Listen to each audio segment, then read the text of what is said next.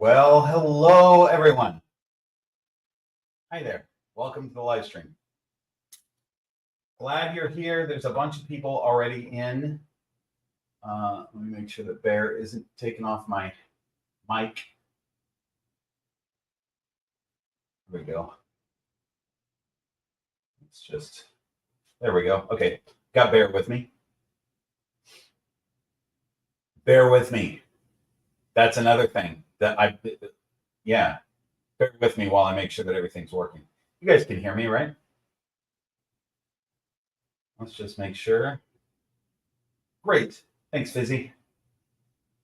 Cool. Hi, everyone. Look at all these people have been in the chat already, chatting with each other.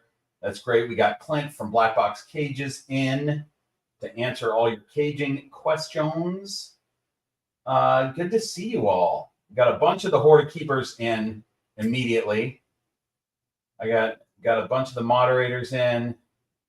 The Frenchman, High Viz Python, Sarah. Hey, everybody. Great to see you all. So, I've got Bear trying to go and do his own thing, but I'm going to keep him with me because Echo is out and she's kind of close to the ground. Bear would cruise around the ground. Echo's close to the ground. She's been there for 11 hours today in the exact same spot, perched up, ready to strike at anything that comes by. And I fear that could be another snake, even though she doesn't eat snakes. But I think the movement would just maybe trigger her. Oops, there goes that.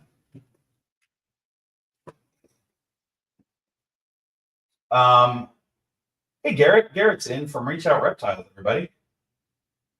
I was just talking about a snake that hatched out at his facility. Hang on. I just want to make sure that, see, the problem with these clip-on mic things is they're not great for snakes because they're really attractive to snakes because it looks like they can hang on to them. Hang on. I'm just going to fix this. Sorry for all the extra sound. So today I'm just drinking High West to double rye. I drink rye whiskey sometimes. This is great in a mixed drink, but it's also great on its own. It's nothing fancy, just a nice rye whiskey. Spicy, botanical, very different than a Scotch. Really sweet, this one too. I don't know if I've had this one. I think I have. But anyway, that's what I got going. I'm drinking that, and I'm also drinking coffee. Got my coffee with me, and we're going to get started with this. All right. So let me just see what everybody's chatting about. People are excited that Garrett's in.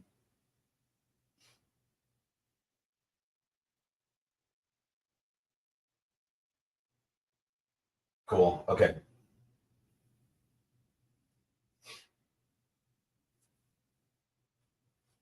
So Bear has been lately, you know, I talk about sometimes that their willingness to come out of their enclosure is seasonal sometimes.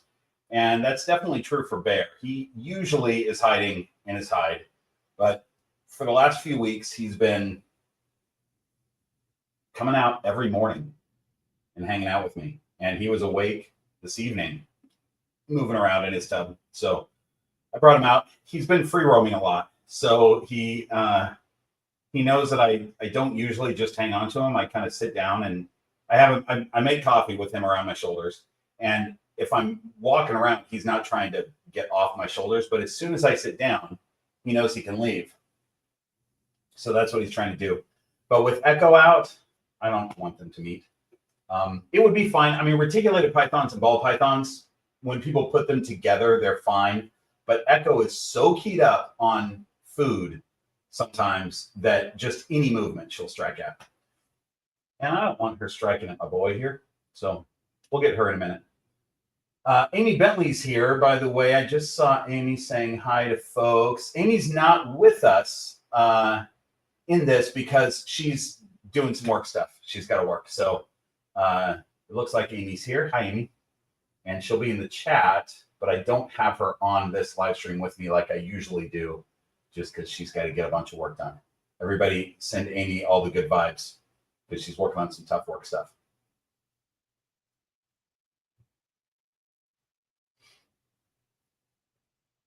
Okay.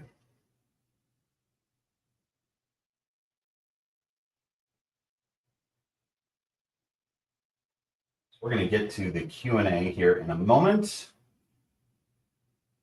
Let's see. There's some stuff that I was going to tell you guys. Let me just look at my list. I did a excuse me. I did a live stream a few days ago just for Patreon, where I introduced them to some couple of new species that are in the green room that you guys will see those eventually. If you're not part of the Horde of Keepers, there will be videos coming out on those snakes at some point, but it'll be a little while. So anyway, we did a live stream, and I had all kinds of stuff to tell Patreon, and a couple other things I'll tell you guys now. Let's see. Number one, Jenny Craig. Those of you who know the story of Jenny Craig, she came to me as a very obese young snake. Really hard to make a young snake obese, but this one was. And I put her on a diet immediately, and she has grown up with me and now is ready to breed. So I put Kodiak in with her and walked away. This was the first pairing. I wanted to pair Kodiak with Jenny Craig. It's a clown pie to a pie, banana pie. That's what Jenny Craig is. And I heard a thump in the tub right away within like 2 minutes. And I don't know why it even registered with me, but I thought, is that combat? Let me just check on them. So I opened the tub and they were twisted up. And combat only happens male to male. So I pulled Kodiak out of there.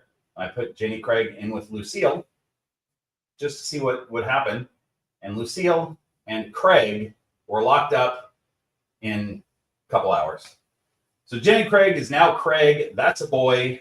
I realized I probably never checked. I got him kind of as a rescue. It's the only snake that was just rehomed to me. And I think I was so focused on this snake losing weight that I never bothered to check if it was the guy that had her just told me it was a female. But I think he bought her from a pet store. So that's not like pet stores are never, they don't know. They just make a wild guess. So we had a 50-50 chance, I guess, that Jenny Craig was female and she's not. So there's that. So now, by the way, I got her up to weight to breed. Been throwing medium rats at her like once a week because that's what you do with females. So now he's overweight again. I mean, not morbidly obese like he was before, but he doesn't need that much food. So we've really roller coastered with poor Craig.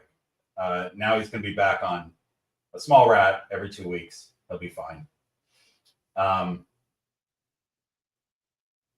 right. Still have Bear with me. He's trying to climb down my leg. I feel bad that I'm not letting him roam, but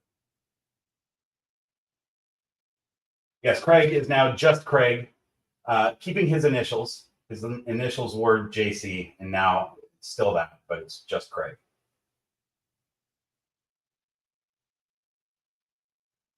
So there we go. That's what the Horde of Keepers came up with.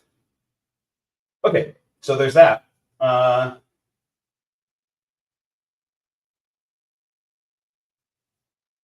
Oh, here's another crazy thing. I told Patreon this already, or the people who join me in the live stream anyway for the Horde of Keepers. So you ever seen the guy on social media that he'll walk up to some random person like in Manhattan and go, "Hey, how much do you pay for your apartment in New York?" And they say $5,000. And he goes, "Can we tour your apartment?" And then they go and do an apartment tour. He's got like across the 3 main platforms, he's got like 14 million followers. So his manager messaged me last week and said, hey, his manager is a fan of the channel. And he said, hey, we're in LA and we've got a free day. Can we come do one of these with you tomorrow?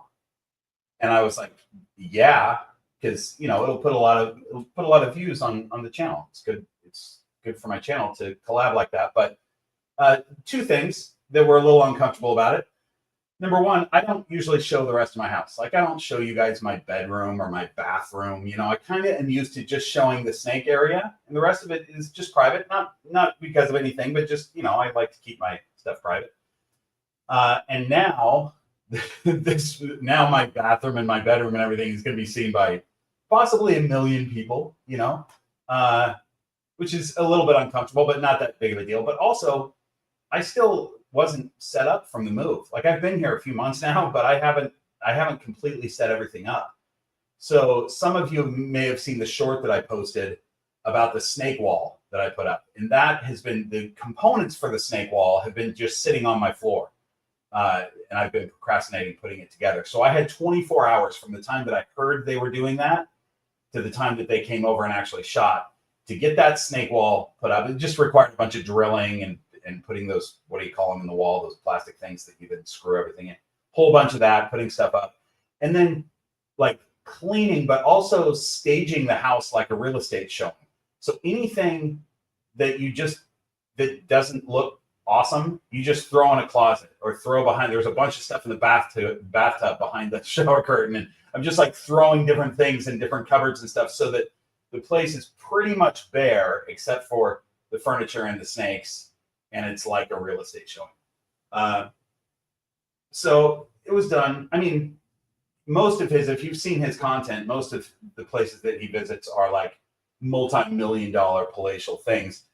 And he wanted to do this place, obviously, because of the snakes. So the focus was on the snakes. But I spent pretty much 24 hours getting my place ready as it could be for something like that. So I don't know when that goes up on his channel, but it'll be up at some point. So look for it if you follow that guy. It's what's his name? Caleb Simpson.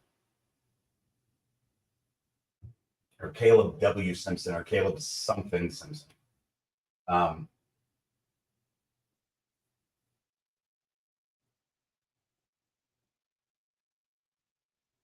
Okay.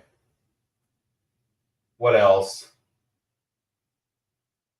Oh, just so you know, I think the next live stream is going to be December 19th because it's slated to be right at the week of Christmas or maybe on Christmas or something. So we're not going to do that. So it's going to be 3 weeks from now will be the next live stream, I think, probably. I might change my mind on that, but I think that's what we're doing. And that's it. Let's get to these Patreon questions that I have on a clipboard. And I'll show you more snakes too. I'm going to put Bear back at some point and we'll pull out snakes. We'll try to get Echo out of food mode because she's just right over there sitting in a spot. Here's what, let me just tell you what happened with Echo today. Usually with these retics, what happens is you feed them and then they go and they digest for a couple days. And then when they come out, they just want to look for food again. It's like they were just fed, so they think food is probably still available, and they just want to post up somewhere and be looking for food. And a lot of times for Echo, and definitely for Stella, that means sitting in their sky hide in their cage with their head down, just waiting for it. And they'll do that for a couple days before they start getting real active. Well, this morning, Echo's 2 days from being fed last, and I get up, and it's like 6 o'clock in the morning, and she's right at the door going, hey, man, could you use your fingers and let me out of here? Because I want to look, my belly's, I don't have a lump in my belly anymore. Can I come out? So I let her out, and she goes right to her new favorite spot. She's found a spot a few days ago that she really likes. And the funny thing is that normally when she posts up and she's looking for food, she'll move to a few different spots throughout the day. And today, like I said, she's been there for over 11 hours in the exact same position. So pretty interesting. Just thinking that something's going to run by. Okay, now we're on to the questions. Here we go. Kathy asks,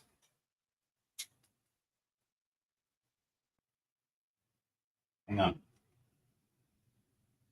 I keep wondering if there are such things as snake treats. I'd love to have tiny, tasty surprises hidden in various things for them to explore so they'll enjoy being out more. Or maybe I've just had dogs for too long and the whole concept of treats doesn't exist for reptiles. It definitely exists for reptiles, Kathy, but not for snakes. You know, for things like bearded dragons, you could have waxworms or something that's like normally too fatty for them to eat all the time, but they love them, so you give them to them occasionally for treats. But really, for snakes, it's not a thing. So for them, you know, enrichment, if it's a snake that enjoys coming out and checking things out, you know, they tend to do it or they tend to want to do it. That's how you can tell if they enjoy it, you know. Then just being out and roaming around and checking things out is kind of the treat for them, you know. There are, you know, there are certain types of snakes that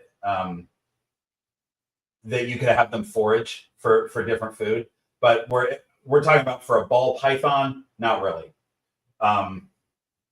For a snake that eats carrion in the wild, like my black-headed pythons, my pygmy python, they're used to finding dead animals in the wild and eating them. So that's a great thing to do, to just leave smaller prey items around so they can eat, you know, 3 or 4, and that's the equivalent of a meal for them. But for ball pythons, it's not really a thing. They want something alive and running around. Okay. Sarah is asking, Sarah's in the chat. She's one of your wonderful moderators. She says, I have a 4-year-old male ball python who hasn't eaten since the end of September. He shows interest, but never strikes. Just eventually goes back into his hide. He's always been on frozen thawed. She talks about her parameters. The parameters are all good.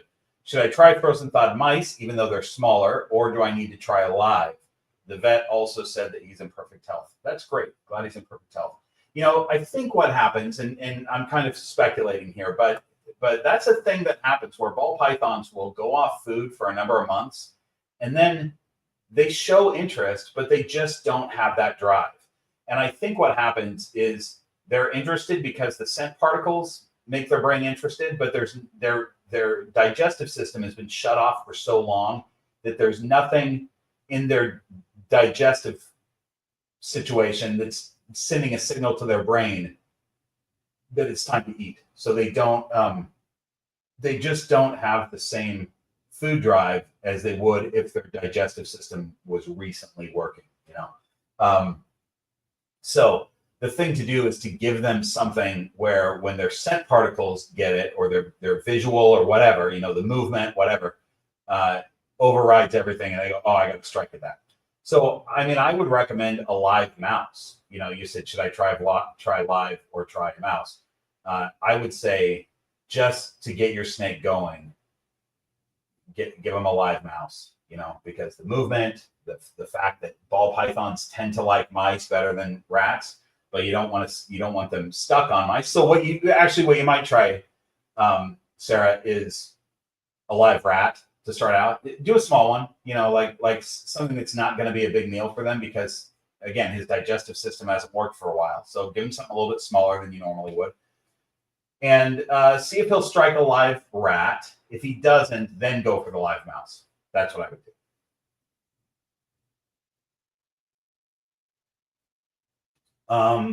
Okay.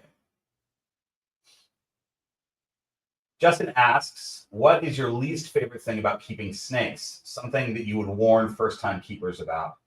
You know, there's not much of a downside with keeping snakes, really. They are, once you understand how to keep them, and that's the biggest, I think that is the biggest hurdle that most people have to overcome, is they bought their snake at the pet store on a whim, and they're trying to keep it like a mammal, you know.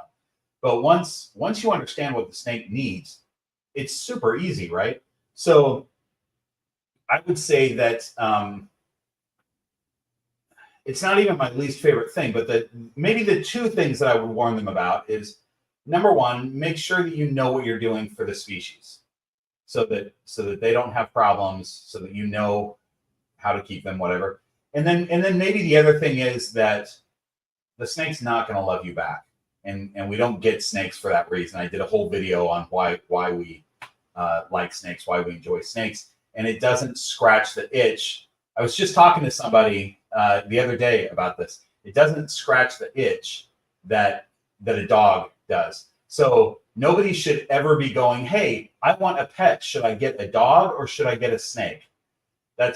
I would say a dog every time, because if you're thinking dog, then you want a companion that's going to love you back, right? A snake is a completely different thing. So that's, again, these aren't my least favorite things, but I just wanted something that I was trying to figure out what I would maybe warn people about. So maybe those two things. All right. Joe is saying, I recently adopted an 8-year-old ball python who's just over 4 feet long.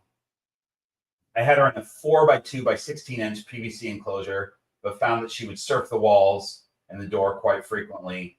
I recently completed an 8-foot by 4-foot by 4-foot homemade enclosure. Wow, that's big. That will eventually house my BCI. I transferred my ball python into this enclosure so that she would have more space and be more comfortable, but she still surfs the walls and the doors. Is there anything to be concerned about? Is a 4x2 by 16 way too small for a 4-foot ball python?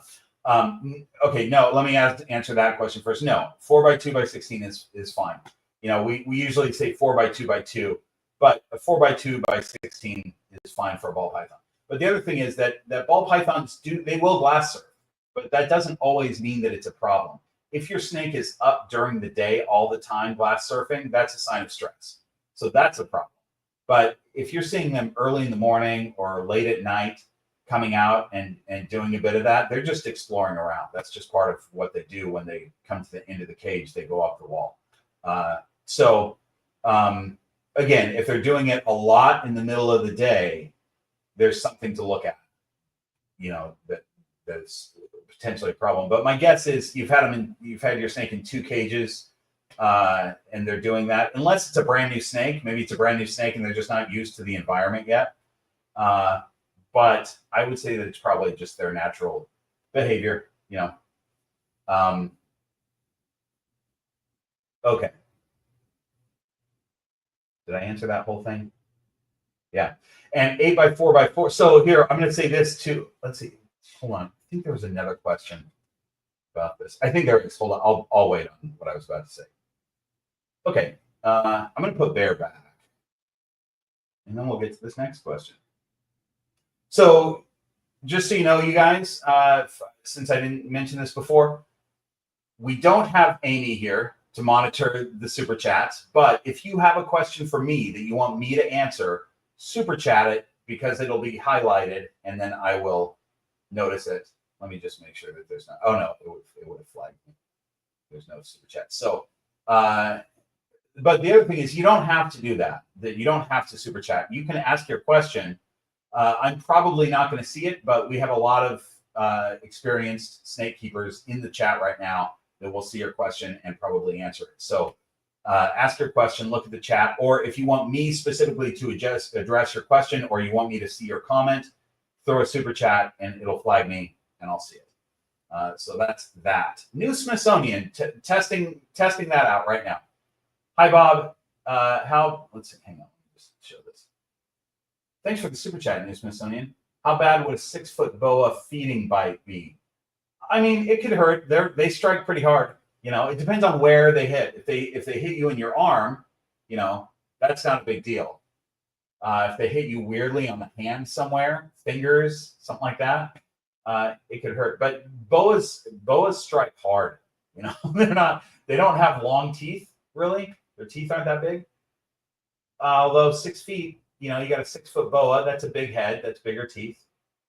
You know, it's not going to send you to the hospital, but you're not going to like it. You know, I mean, I have snakes. If a ball pythons don't really do it, but let's say Echo, my super dwarf retic, she's 5 feet. If she bit me, I would just, and she has before, if she bites and wraps me because she thinks it's food, I just continue with my day, and then she unwraps eventually. Like it's nothing. But a 5-foot super dwarf has a lot smaller head than a 6-foot BCI. So that's that. Thanks for that super chat. Okay, I'm putting Bear back because he's. All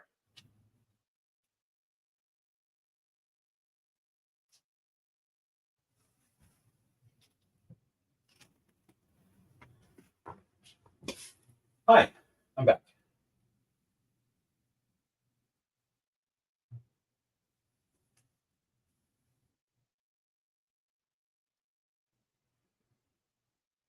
Okay, thanks. Amy's setting up a situation where if I miss any super chats, somebody's going to let her know. I think Sarah's going to let her know, and then she'll text me. And so we still have the super chats covered. All right. So, next question, ladies and gents. I shouldn't drink too much of this because I think it's a higher ABV. Oh, it's not 46%, but still. Oh, another from New Smithsonian. Thanks for the super chats. New Smithsonian is winning the super chats right now, guys. Is a boa a bad idea for a 5'3" single female? I mean, potentially, but it depends on the boa, right? So this 6-foot boa, I mean, it depends on your physical capabilities. 6-foot boa is very strong. And normally, you know, we say if a snake is like 10 feet, this is the general rule, but I think this is a general rule for guys. Like if a snake is over 10 feet, you should have somebody else in the room. For you, New Smithsonian, it just depends on your physical capabilities as a 5'3" single female. It might be. Boas are very strong. So a 6-foot boa is pretty strong. Yeah. Are you buying it as a 6-foot boa, or are you going to be raising it up and the breeder told you that it would get to 6 feet? You know, so are we talking about like a dwarf locality boa that at the max would be 6 feet, like a Crawl Key or Hog Island, something like that? Or are we talking a BCI that's currently 6 feet and could get to 10? There's a lot. There's a lot to that, you know. Short answer, possibly, possibly a bad idea. Okay, where are we at? Allison, we're back to the Patreon questions, by the way, guys. I have them on a clipboard here. Allison asks, I have a few oddball questions for you as someone who doesn't yet own a snake. All right, so Allison is doing her research right now. Number one, can you hurt a snake's eyes if you accidentally touch them, or do their eye caps protect them pretty well? Yeah, imagine their eye caps is like glasses. We call them spectacles. So you can literally rub them. You can put your finger on it, whatever. It's not like if you touched a mammal's eyes. They have a spectacle over it, and that sheds with their skin when they shed, and there's always a new one. So, oh, I just saw my mom in here. Oh, Mom and Zachariah are in. Nice. Hi, Mom. Hi, Zachariah. So many of you have seen the video that I did where we set up Zachariah's snake, Luna, in her new cage. It was new then. It's not anymore. A while back. Also, he would like to know what you know about water moccasins. Oh, I'm curious where Zachariah heard about water moccasins. Well, Zachariah, I know that they don't live anywhere near where you live or where I live. And I also know that they don't chase people, even though that's one of the snakes that many people say chases people, but they don't. Anybody in the chat have a story about a water moccasin chasing them? Because a lot of people do. A lot of people have a story about how water moccasins chase them. But this is what I tell people all the time when I hear their story, is that there are many reasons why a snake would quickly come toward your direction, but that doesn't mean that they were chasing you. And I also tell people that just because you ran doesn't mean you were being chased. So there's that. Great question, Zachary. We'll talk about that later. When we chat next, we'll talk about the water moccasins, or when I see you in a few weeks, because I'm going to be up there at your house in a few weeks. Okay, Lady Bratface, thanks for the super chat. Lady Bratface says, thanks for being snake-tastic. I always have a ton of excuse me. I always have a ton of questions and can find the answers here. I have a bioactive enclosure, all the questions. Kidding. Do you have to worry about bug escapes? No, that's a great question. That's one that I hear sometimes for people with bioactive enclosures. you know, the fact is that, first of all, the bugs, I don't think that I've ever noticed a springtail or an isopod having escaped. Although I probably wouldn't notice a springtail. They're so small. I have seen springtails in plants, but you just bring them in. When you bring a plant into your house, it's got springtails. They're so tiny, you're never going to see them. But I've never seen an isopod out of the cage ever. And if I did, it does. I mean, they're just not going to survive. So it's a bummer if they escape because they're going to die. That's what I'll say about that. Thanks for that super chat. Okay. So, by the way, my mom is in Seattle right now, and my dad are in Seattle at my sister's house. That's why they're sitting there with Zachariah. Mom and Zachariah are big fans of the channel. I mean, everybody supports the channel, but Mom and Zachariah are regular watchers of the channel. My dad is too, by way of the fact that my mom has it on. So, okay.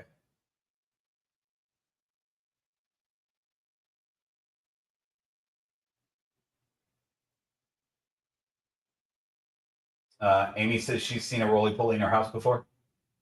Oh, but you don't have a bioactive enclosure. That's right. You don't have any bioactives. So you just have roly-polies coming in.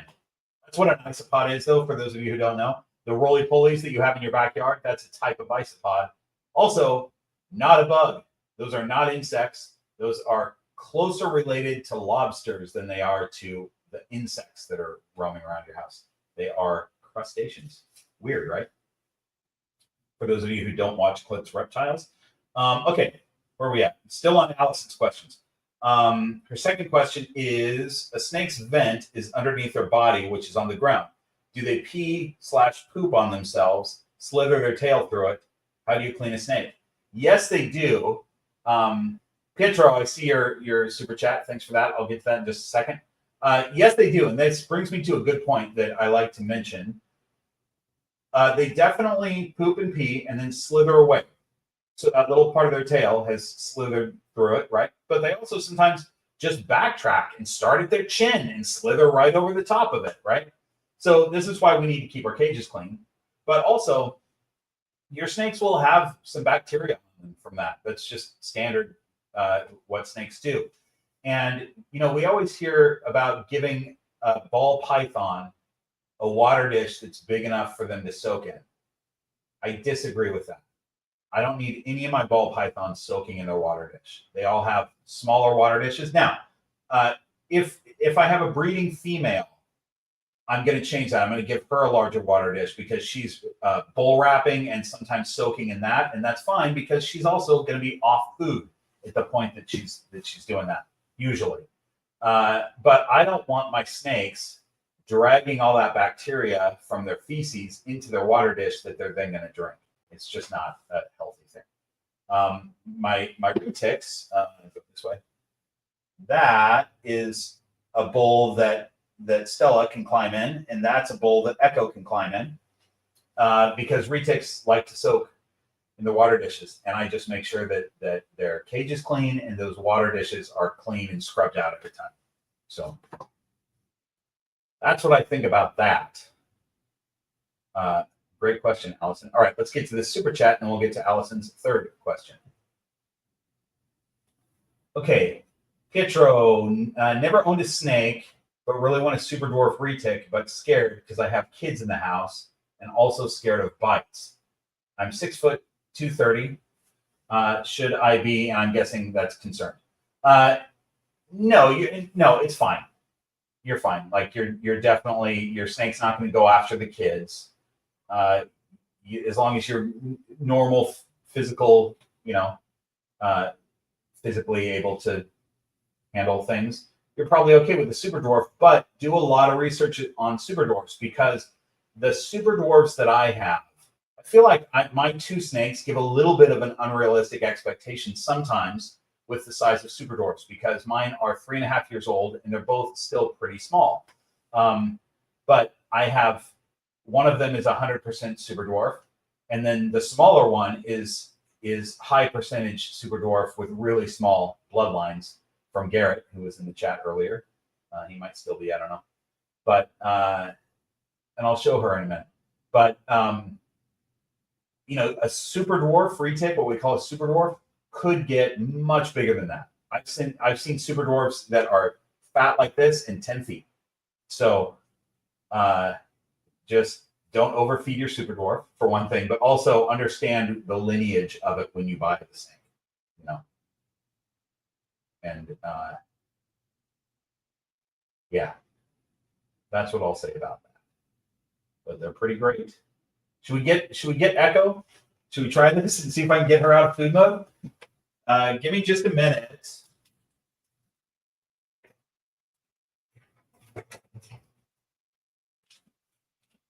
We're going to use a hook for this. Talk amongst yourselves.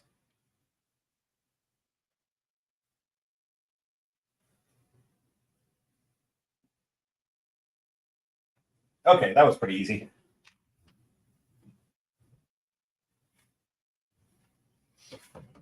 Okay. So it's a pretty small snake.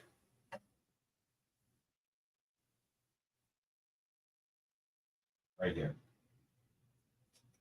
She is, for a 3.5-year-old reticulated python, this is a small snake.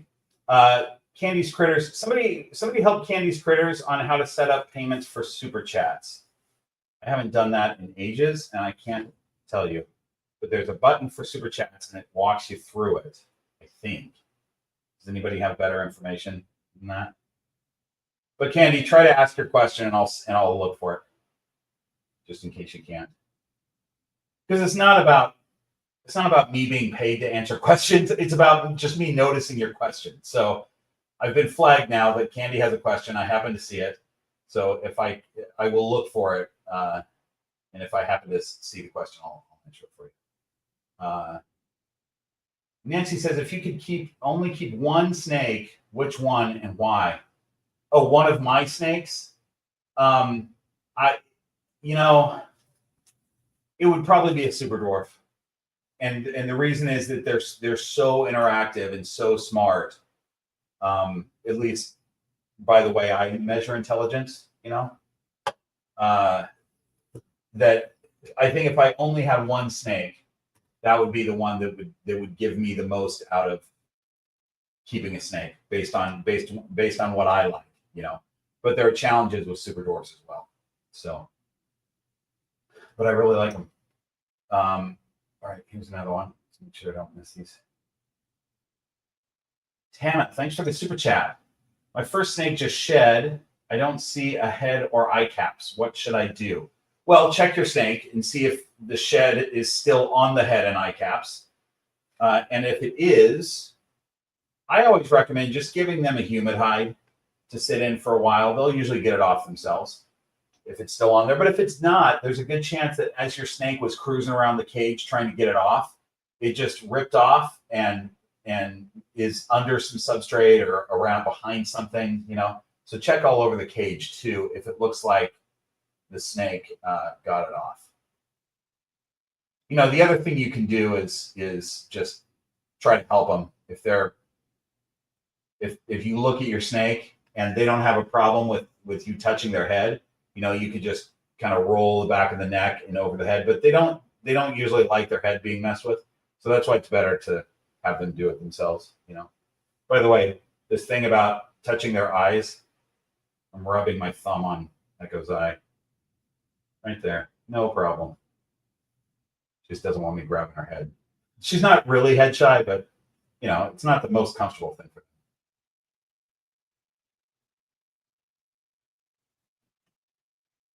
her. Okay. Allison says, you say that your snakes get to know your smell and realize that you're a safe surface to climb on. So if I put a used sock in the enclosure, would that help them get used to my scent and realize I'm safe? This is a strategy that I see a lot online, people doing this with their snakes. And I don't think that does any good. I see a lot of times somebody will be like, oh, I just got my ball python, so I put my t-shirt in there with them. I don't think that's that helpful, just because your snake needs to associate the scent with you. So it's the scent of this big monkey that they're kind of scared of. And then the next time they see you, it's the scent of the big monkey that they're kind of scared of, but nothing bad happened last time. And then it's the scent of the big monkey that, you know, like you want them to make that connection. So I'm just speculating, as we all are, but my guess is that for something like that, just, you know, because this isn't something that we can prove scientifically, I don't think. Maybe you can, I'm not a scientist, but the point is that I want my snakes to associate the scent with me and then with a safe space, you know? So if I just throw a shirt in there, that's just a shirt that's got my scent on it, you know? Let me check this text. Oh, okay, so Amy's telling me what Candy's question was. Thanks, Amy.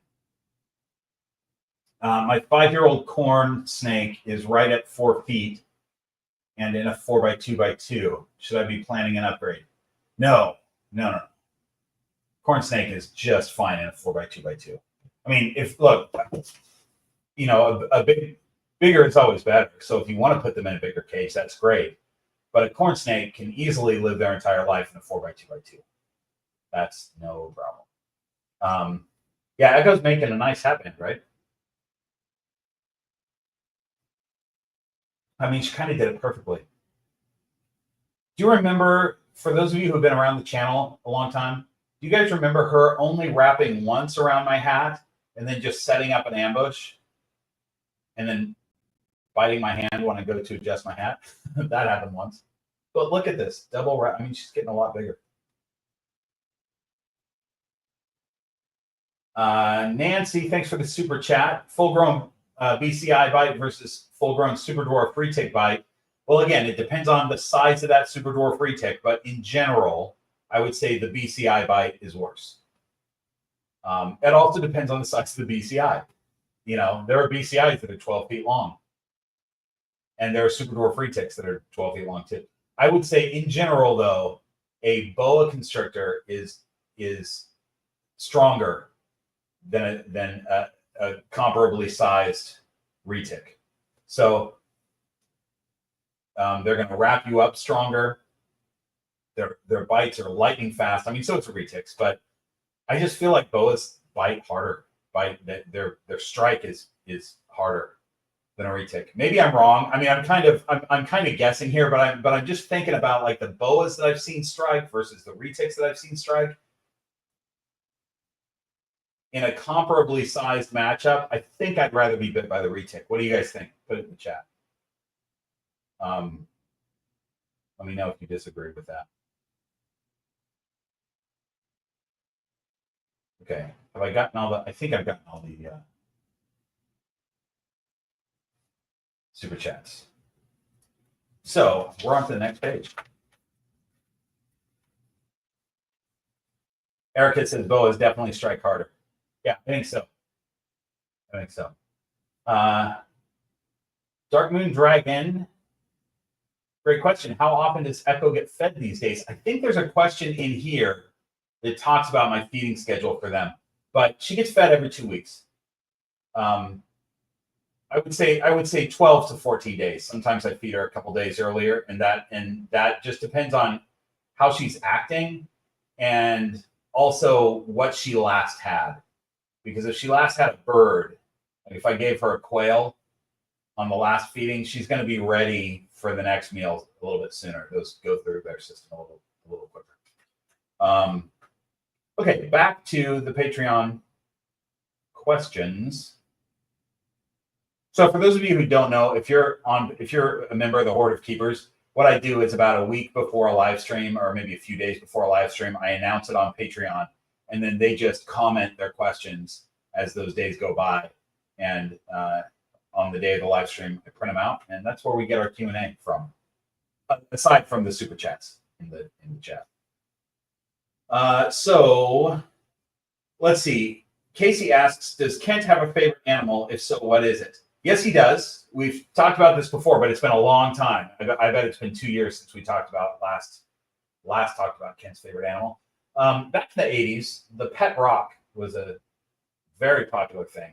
Whoever invented the pet rock made millions. It's basically just a rock with googly eyes painted on it.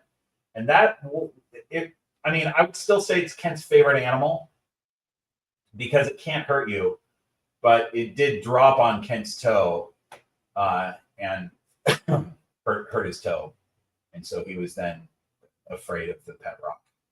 So I took the pet rock. That's what happened. So that's that.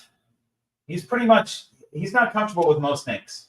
I mean, most animals. Definitely not snakes, but not comfortable with animals. Period. Let's see. Benny says, "Hi, Bob. I'm a new keeper with an underweight snake. I'm having trouble getting her to take a meal. She's nervous to come out of her hide to strike." Hang on, I'm just getting go away from my face because she's definitely. We're gonna put her back. Hang on. That's not Benny's question. Hey, lady, let's just put you back because you're a little crazy right now.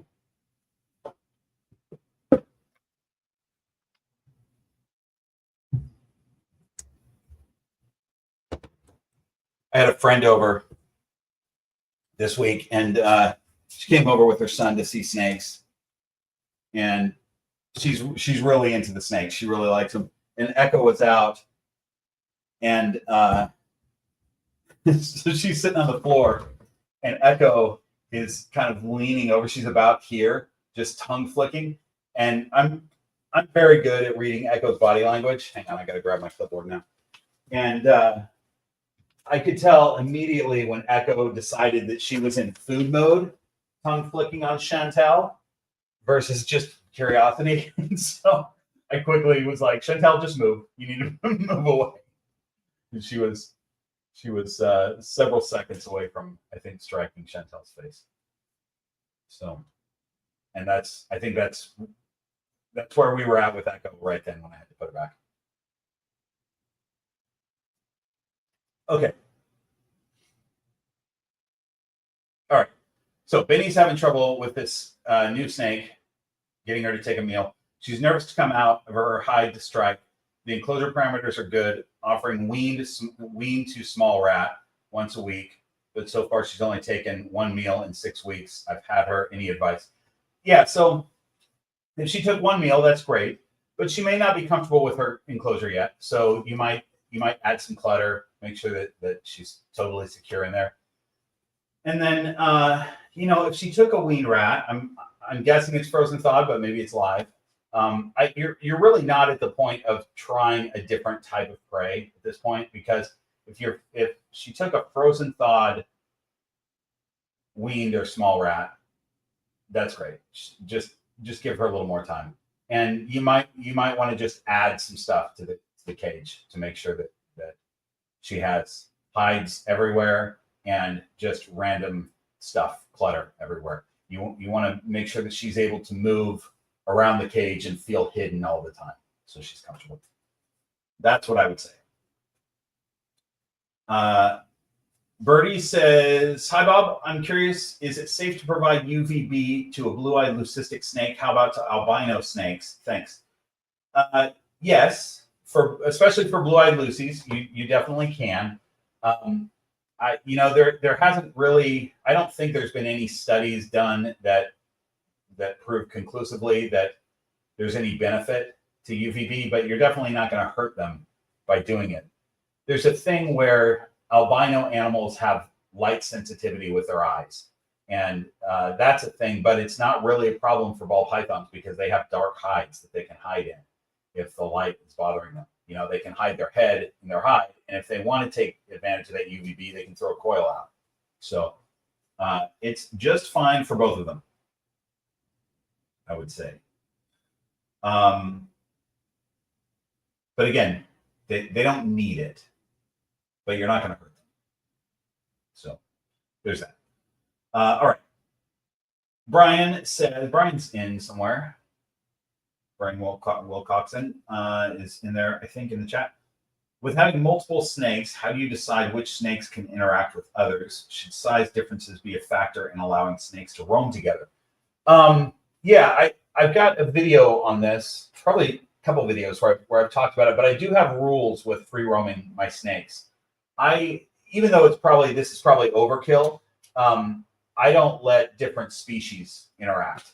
So like Handsome Dan, when he free roams, he's in an area where my other snakes aren't. And I don't have the retic and the ball pythons, the retics and the ball pythons meeting. I definitely don't have the black-headed pythons meeting any other snakes because they eat snakes. But I just figured they wouldn't meet in the wild, so they shouldn't in my house. Even though it would probably be okay. You know, I don't think they would attack one another necessarily.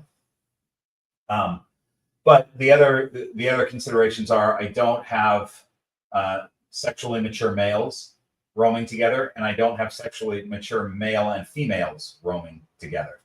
The males will combat, and the male and female will potentially do breeding behavior, which I don't want them breeding, but especially just the behavior of starting to pee everywhere for the female. I don't want that to happen, you know? So basically males like Bear's been free roaming a lot, and he free roams alone. He's the only one on the floor when he's free roaming. I don't let anybody else out until he's done. And then what else?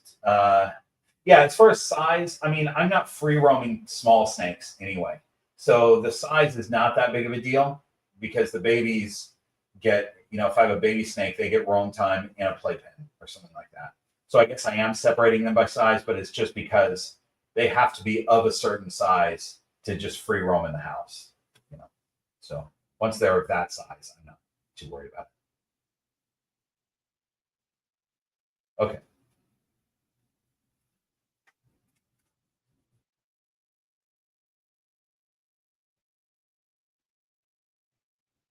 All right, Joshua says, you mentioned before it took a while to dial in Echo and Stella's feeding regimen. Oh, this was the question.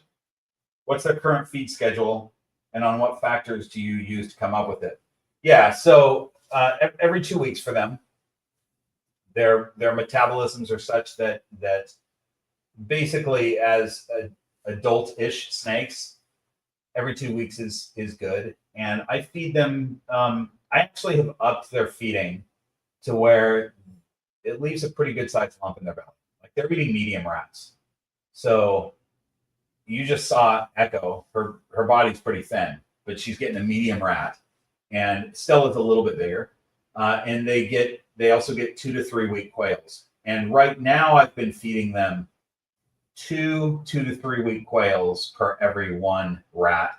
Now I just looked at the last 6 months to see. It's not that I have that planned out so specifically, but that's what it's come out to. I feed them 2 birds for every rodent, and the 2 to 3 week quail leaves a big lump in their belly. Takes them a long time to eat, and a medium rat is easier for them to eat, but still leaves a big lump in their belly.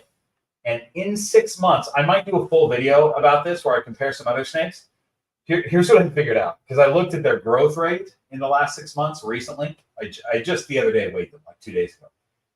And they had only, in 6 months, they've eaten about 850 grams worth of food. And they've only gained about 150 grams, which was shocking to me. Because I think of snakes as like they use most of that food for growth. And really, as a baby, they do. But once they get bigger, they don't as much. They're using that for energy. Plus, you know, they're out running around all the time and stuff too. So it's pretty interesting. I don't know if that means that I should be maybe feeding them more rats. Maybe I will for a few months and see what that does to their growth. It's pretty interesting though, because I'm feeding them a lot of food about every 2 weeks, and there's not a ton of growth. So, okay. So that's that. Oh, and what factors? You know, one of the big factors is their body condition. At one point a while back, I've mentioned this before, but at one point, it's been probably over a year now, I looked at Echo and she was super skinny, and I was like, wow, she needs more food.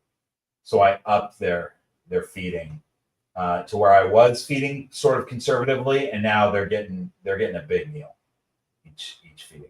So, And because their genetics are, they're a small snake, they can take these big meals, and they're not growing much with them. It's pretty interesting.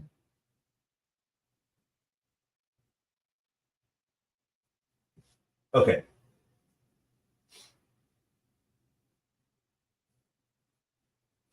All right. So Phil has a couple questions. Phil asks, is it possible for a female ball python to drop an egg on her own?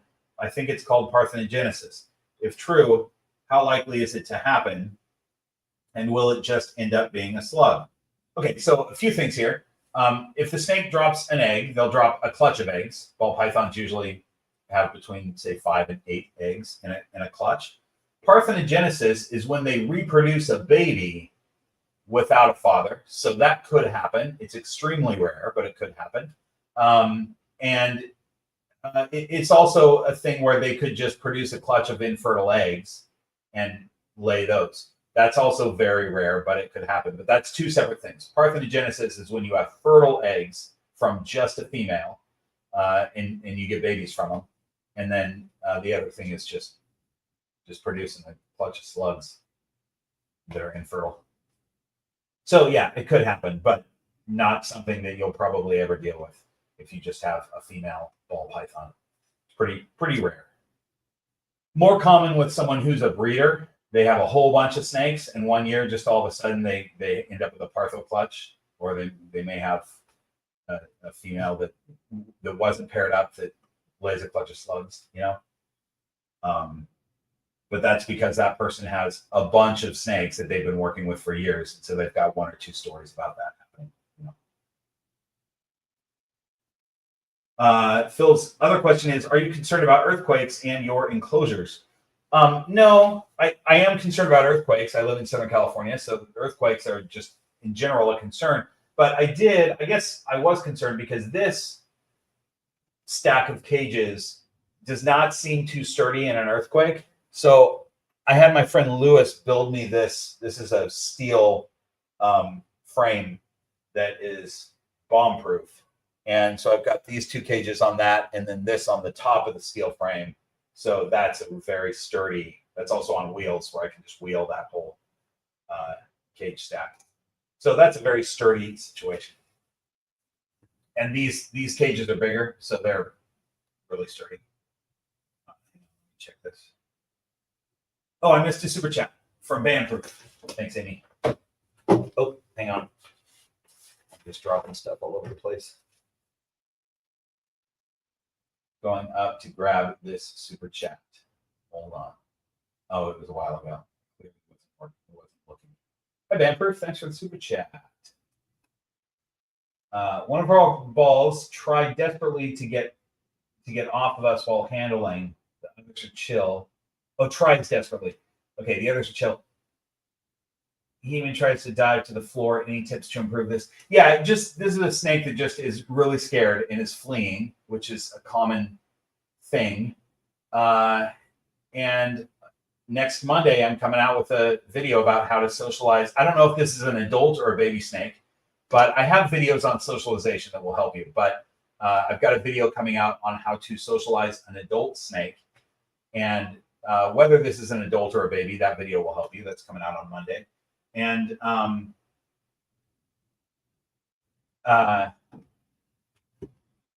so, yeah, you just need to do some socialization techniques. And I would say lay off on the handling for now, because the snake is really freaking out and they're associating you with something that they're very scared of. So a lot of the socialization needs to be hands-off stuff where the snake sees you near their cage, around their cage, maybe messing with stuff in their cage, but you don't mess with them at all. And they just see that you're safe. And they just need to spend some time, watching you and seeing that even though the scary monkey is near the cage or approaching the cage or changing the water or whatever, nothing bad is happening to them. And then eventually they'll start coming out possibly a little bit and maybe checking you out while you're still not just picking them up, So that kind of stuff will be very helpful. And then also just changing things in their cage occasionally giving them a new item to check out, where their brain can start getting used to a new thing, where they're going to be a little bit stressed over it. They're going to be like, oh, that's a new thing. What is it? Is it going to hurt me? They check it out. They realize it's not going to hurt them. And then as their brain, you know, that kind of makes their brain a little bit more elastic as they realize that they can encounter a new thing, and that doesn't mean that it's going to murder them, you know? So you've got a snake that thinks it's going to be murdered. And instead of fighting, they're choosing flight, which is good for your blood loss or lack of blood loss, you know? But unfortunate about the scared snake. Candy's Critters figured out how to super chat. Thanks for that super chat. Finally figured out why I couldn't pay. 70-year-old with CRS. Oh, I'm so glad that you figured it out. Thanks. Oh, you didn't have to do that, Candy's Critters, but thank you for I appreciate it. I'm glad we got your question answered. Okay. Back to this clipboard. I don't know where we're at on this. Oh, you know what? Let's grab a snake. Who do you guys want to see? Sonia just super chatted it. Can you bring out Pip? Let me see. Let me see, Sonia, because Pip is in shed right now, but I think she's at the end of it. I haven't seen her in like a week. I know where she is, though. She's pretty easy to grab. Okay. Yeah, everybody's saying Pip. All right, hang on.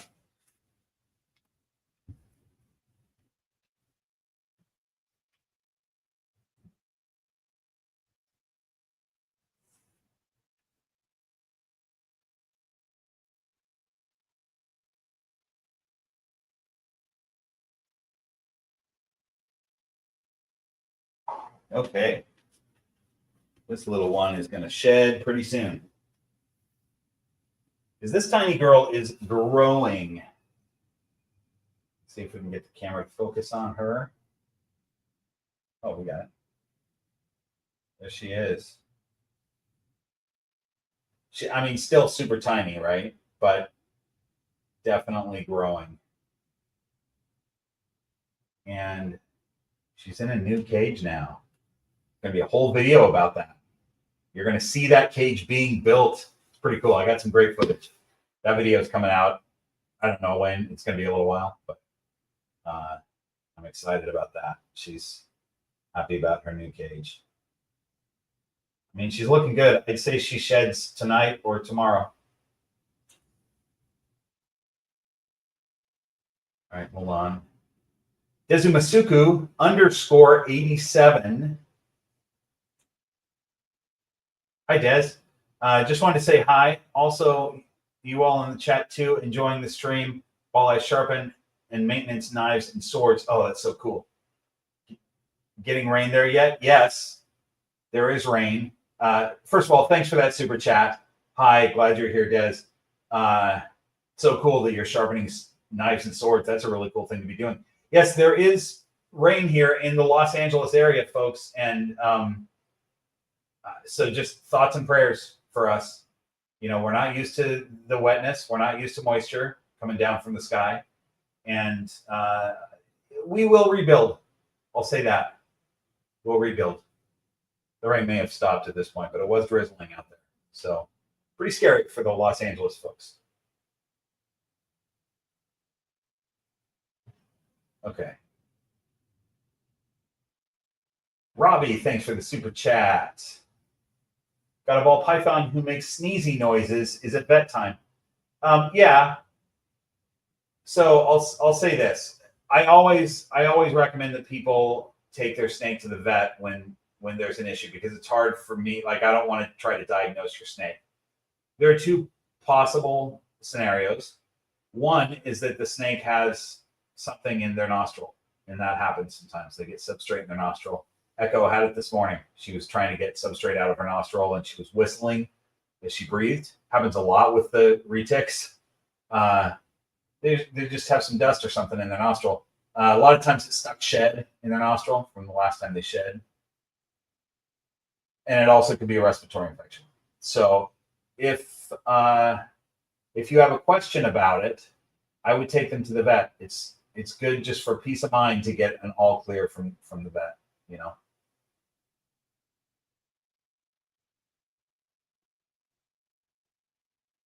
I know it's not money that everybody wants to spend, but it's good to do that occasionally for your animals.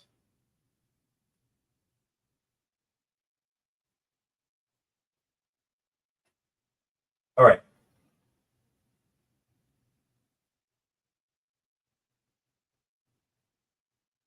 Where are we at here?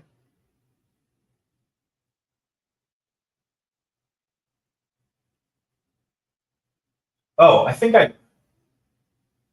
Oh, no. I didn't skip that one. I'm all the way down at the end here. Okay.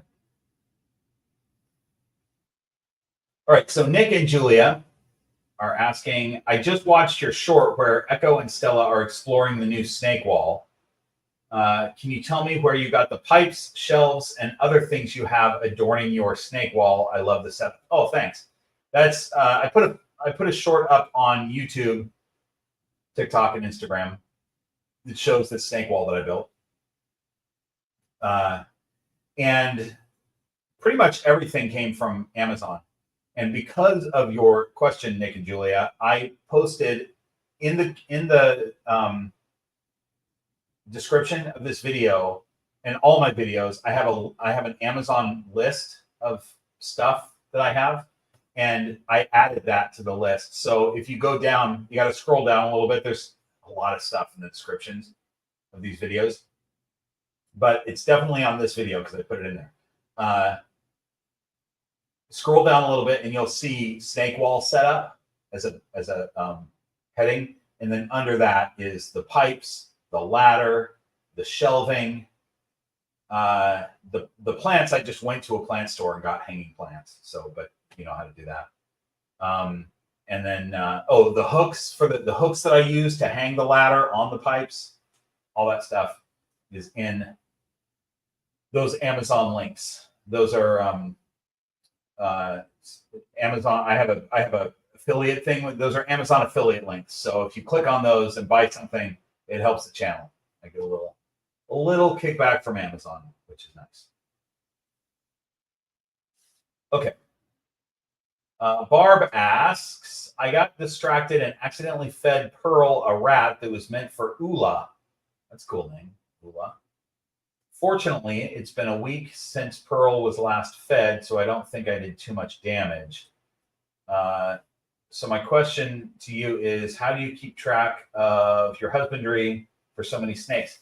So I use Husbandry Pro. There are a number of apps that work well for keeping track of that. The one that I happen to use is Husbandry Pro, and I just look every day and see who's up to be fed, and that's what I use. But that being said, I still make mistakes sometimes. I'll have like 4 snakes. I have them all on different schedules, so it's not like Wednesday is my feeding day and I feed everybody. Every snake has different schedule based on how often I'm feeding them and stuff. So each day is different. So I might have 4 or 5 snakes that I feed, and this is when it's a problem. When it's 4 or 5, then I'm confident that I can look at my app, see that list of 4 or 5, keep it in my brain, and just feed them all. But I don't always do it right. Sometimes I'll feed the wrong snake and go, oh no, I meant to feed that one, not this one. And the thing is, it's really not that big of a deal, because if you feed a snake, I mean, I've fed a snake before that just ate the day before. Like a day ago, they ate, and I just fed them again. Not a big deal, because that can happen in the wild. The snake could be in their little den digesting, and a rat comes into their den and they eat that rat. It's not that big of a deal. It's more food than they really need, but you know, as long as you're not raising them on that feed schedule, it's fine if they occasionally get that. And it's also fine if the snake, it's not like I don't necessarily go and thaw out another rodent for the snake that I meant to feed. I just wait till the next day. They can wait another day, and I'll feed that snake with the group of snakes that I'm feeding that day. So no big deal at all. But your main question was, what do you use? I use Husbandry Pro. But put in the chat, you guys, whatever app you guys use, because they all work fine, It's just I just saw Husbandry Pro once when I went from handwriting in journals to apps. I was just seeing a lot on Husbandry Pro, so I got that, and it works great. Alan David, thanks for the super chat. I appreciate that. How's Kent? Kent is great. He's I would say he's still scared of snakes. He's not getting any better with that. You'll see Kent in next week's video. You're going to see Kent in next week's video, and you're going to see I'm leaving a lot of outtakes in the video, and I hope you're okay with that. Because about halfway through the video, I let Stella out, and then there's shenanigans. There's super dwarf retake shenanigans all through the video, and I just left them in. A lot of times I get rid of that stuff just for time, and I thought, well, it's kind of fun, so I'm going to leave some behind the scenes stuff I've left in, and some Stella shenanigans I've left in. It's made the video a little bit longer. I hope you're okay with it. But Kent is fine. That's my answer. Kent is fine. Not here. He's gone home, as he does. Always leaves early.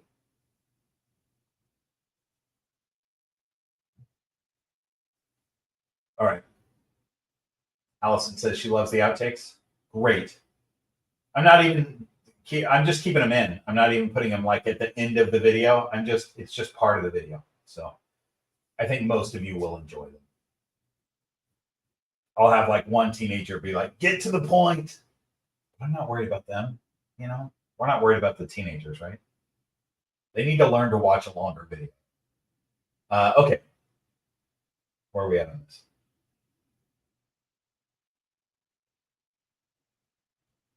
We're almost to the end of this.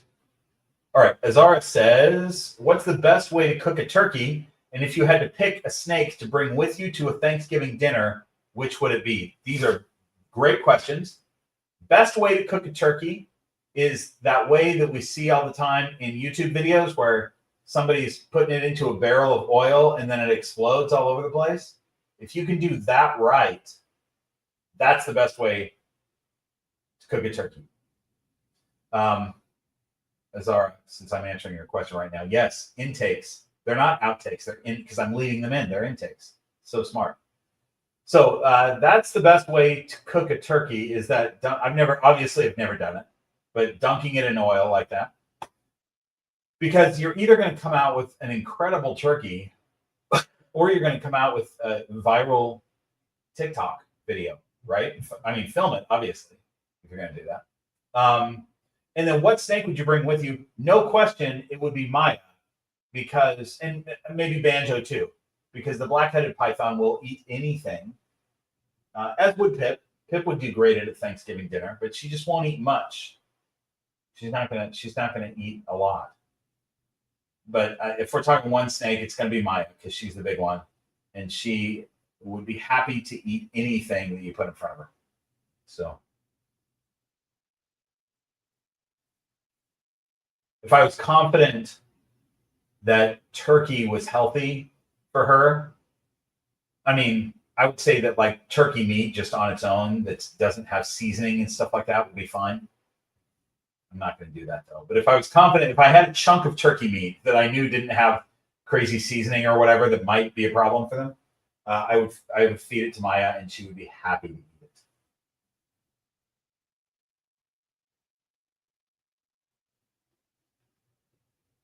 Actually, just a raw piece of turkey. That's what it would be. It wouldn't be even cooked. It would be just a raw piece of turkey. No problem. I'd feed it to her. I give Maya now as part of her diet. It's not very often, but it comes up occasionally, maybe once every month and a half or so. She'll get fish fillet. So it's not a whole prey item, which is not great, but it doesn't matter. She gets fed twice a week. So because the black-headed python metabolism is a lot faster than other pythons. So she gets fed twice a week. And so, you know, once every month and a half or so, she gets a fish fillet, raw. She loves it. It's a problem to feed that to her though, because I can't feed it to her in her cage, because she's got aspen shavings in her cage. That's her substrate is aspen, and those will be like panko flakes on a raw fish fillet. So I have to bring her out into the room to eat it. The first time I fed it to her is on social media. I made a short about it. and she ate it off of a plate, and she did pretty good. She kind of kept it on the plate for the most part. Last time I fed her, she immediately pulled it off the plate and started flopping it all over the floor, like just dragging it all over the floor everywhere, just painting fish everywhere she possibly could as she's trying to eat this thing. And so I had to basically just wash the floor and the walls that she touched and everything. It was a problem. But anyway, we're on the last page, you guys. It's only a half page, too. How cute is this little snake? Let's see if we can get focus on it. I'm going to put her back. She is still working on a shed, but at least she's not. Oh, come on, really? At least she's not in zombie mode, you know. I wish my camera would just autofocus on the thing that's directly in front of it. It's just not going to. There we go. Look at those eyes. These bright orange eyes. So cute. All right, I'm going to put her back really quick, and then we'll get to this last page.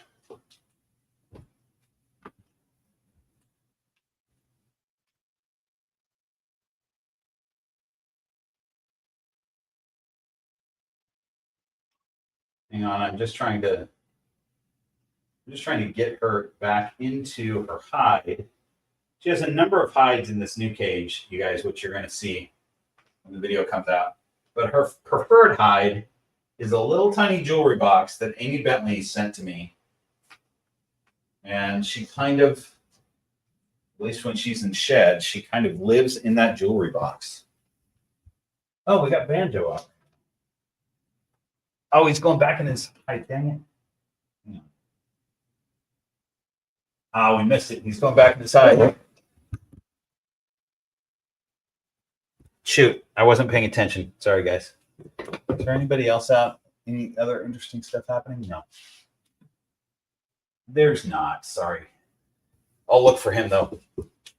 We got Stella still in her sky hide. You can see her head right there. That's Stella. She's still digesting from a couple days ago. We have Maya, who's in shed in this hide. And it's so hard to aim my hand when I'm looking at the video. She's in that hide right there. She only spends any time in a hide when she's in shed. Azara's asking if we can see Handsome Dan. Thanks for the super chat, Azara. Yeah, we can see Handsome Dan. He ate a couple days ago too, but he'll be fine to come out, especially if I just... This is one thing that I love about sky hides, you guys, is that you can just, when the snake is staying in the sky hide, you just pull it out and you got your snake. You don't have to really mess with them at all.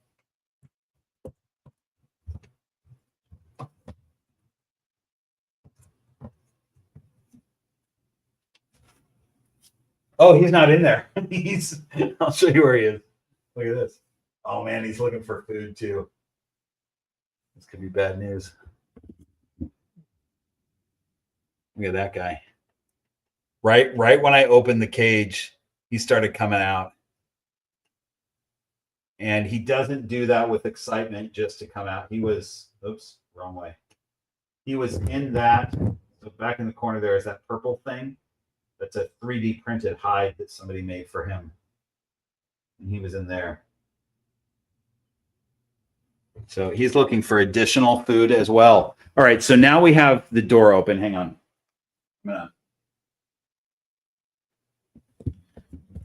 I'm gonna open this a little bit so you guys can see him.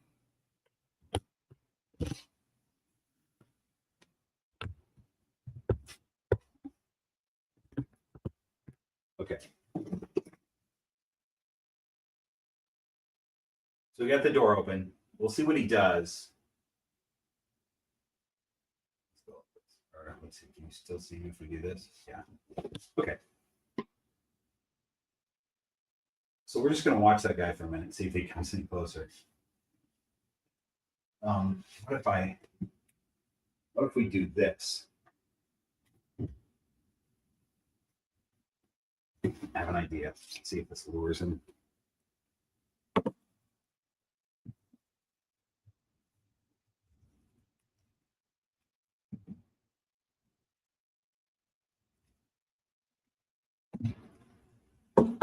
Nope, not really. I'll try to bring him out. I just want to give him a minute to see if he'll do this on his own.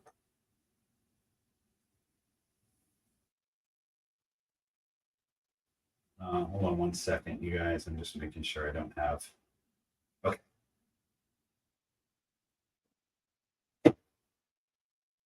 So while we're waiting on Handsome Dan, get to another question. Connor says, other than a capacity to provide for their basic needs, how do you decide when to add to your collection? There are so many amazing snakes out there. I want them all. Yeah. So there's a couple things. So first of all, for me, it's not a collection. I know we use that term just without thinking that, you know, collection, but really the term collection, I think, came because nobody says, you know, somebody that has a bunch of dogs, they don't say I have a collection of dogs, you know. And I think that term came from when we used to literally collect the snakes in the wild or lizards in the wild. Then it was a collection because we actually collected those animals. But I try not to think of them as a collection because they are individual animals that I'm responsible for their life, you know. So for me, there's two things. With the ball pythons that I'm currently breeding, sometimes I'm in a situation where I have to go, wait a second, I need a male for this female, so I need to look for these specific genetics. I don't need to do that as much anymore, although I was thinking about getting an extra male at some point this year. I probably won't, though, because I think I figured it out. But so that's a thing. But then the other thing is just what am I passionate about? What is a snake that I really want to have that I'm going to be excited about keeping, you know? And then if I have the capacity, which in my old place I didn't have much more capacity for more snakes, so I wasn't able to because I didn't have the capacity. I want to make sure that I'm providing the snake, whatever the species is, with an appropriate situation for them, you know, as far as cage size and everything else. So then it's just about, am I passionate about this animal and am I able to take care of it? So rough scale pythons, you guys, that's what I might be looking at next. Anybody have a baby rough scale python? It's available? Let me know. I'm not looking for a snake right now.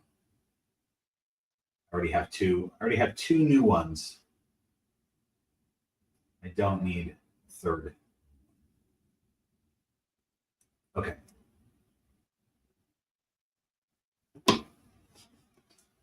Nancy Drew, thanks for the super chat. There's a theory that humans evolved to counter snakes who ruled post-dinosaurs, hence why we have such good pattern recognition. Also why we fear them. That's interesting. That's interesting. Humans evolved to counter snakes who ruled post-dinosaurs. Well, snakes evolved before dinosaurs, you know. So we could say that they were ruling. I mean, as an evolved species, you know, a species that has evolved to survive, snakes are very successful at it. And they were doing it before dinosaurs evolved. They survived past the dinosaurs and are still doing very well. Handsome Dan, come on out, buddy. I think he sees the camera and that's new, so he's a little nervous about that. I would just bring him out, but he's really wrapped around a number of things. He's made it complicated. I thought he was in the sky high. I thought I was going to easily be able to just slip him out and show, but that is not the case. Okay.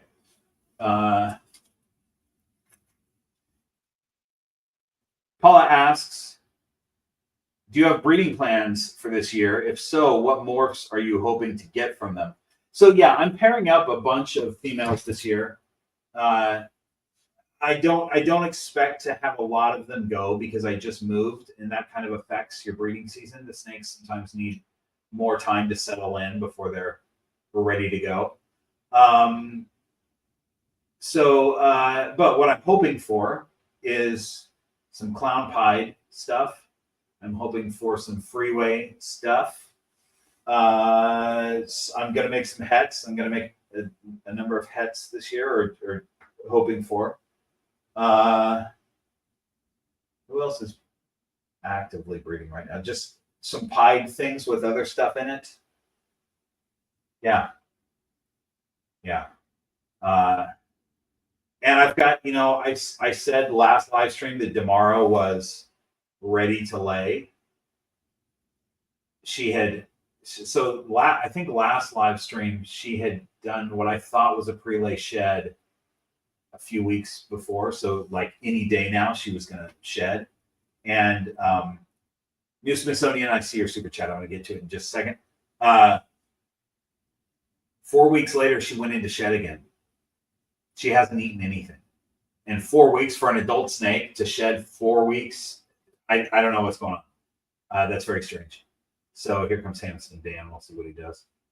So I don't know what's happening. The shed that she just did maybe is a pre-lay because she's still nesting. She's doing all the behaviors of a gravid snake. And so we'll see. We'll see what happens. New Smithsonian is asking my thoughts on African house snakes. I love them. I think they're a great option for someone who wants a python but doesn't want a snake that's the size of a python. Because African house snakes they're basically tiny pythons. I mean, they look like them, they act like them, they seem smart. I haven't worked with them much, but I've seen them at shows before, and I was at Garrett's. Garrett has a massive group of house snakes, and I got to play with them when I was at Reach Out Reptiles. They're really cool. Highly recommend.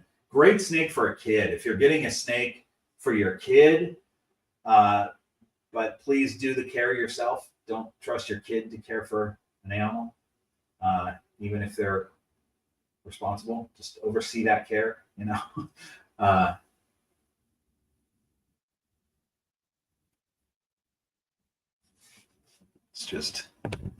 me just shift that for you.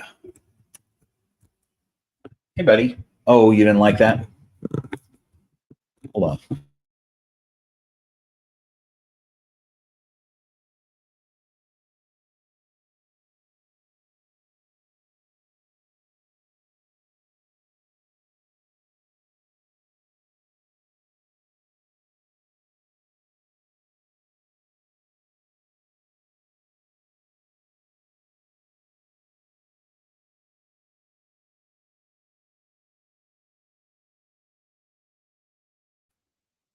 I was muted too. I don't know when the muting happened. Sorry about that, you guys. Okay, let me see if I can get this camera going again. Is it? Yeah. It's back.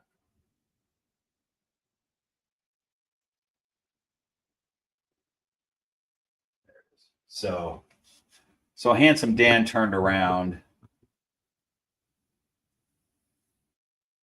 I don't know what he's going to be up to. So I tell you what, let me just go back to this. And then if we see anything interesting from him, I'll show you. You guys can hear me now, though, right?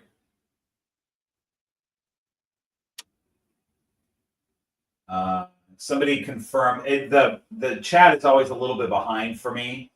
So I see Candy's Critters saying we lost sound. Okay, Brian's saying sound is good. Thanks, Brian. Great. Okay. So hopefully the sound wasn't gone for too long. I think it was probably when I was just messing with this camera.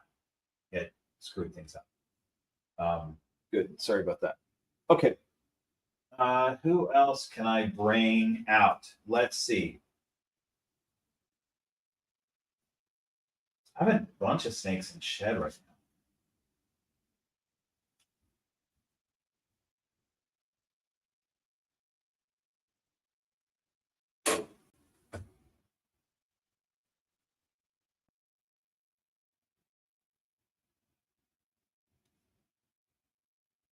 David, Hog Strictors. I had Bear out at the beginning of this. I've already put him back. But good good guess, because he was ready to come out at the very beginning of this. So let me see who else is. Let me see who I've not had out for a while. How about this guy? You guys haven't seen the Sundance Kid for a while. And he doesn't often come out because he's not looking to come out very often. But he's such a delightful snake. He's so well socialized, even though, hang on, that'll focus in a second. Right? Yeah. So the Sundance Kid is this is a cinnamon ball python. He's het for sunset and clown, but what you're looking at is cinnamon. Anyway, he's Lucy's favorite snake. Lucy's my snake babysitter. And I actually, so the deal, most of you know that Lucy loves snakes and loves this snake in particular. But her mom is terrified of snakes, so she can't have one. Hold on, I'm trying to get him. So for Lucy's 16th birthday, I told her that she can, when she has her own place and she can have a snake, she can either have the Sundance Kid or she can have one of his babies. So right now she's chosen, she wants the Sundance Kid. This is her favorite snake. And so technically he belongs to her now, but she can't start caring for him until she's got her own place. So I'm gonna have him for a few more years at least. But he's just such a sweet guy, and for a guy that doesn't get worked with very often, you know, it doesn't really wear off. He's just totally comfortable with whatever's happening.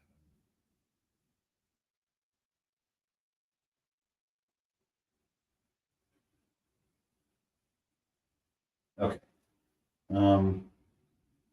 Handsome Dan's thinking about approaching the camera again, but he's not there. He won't.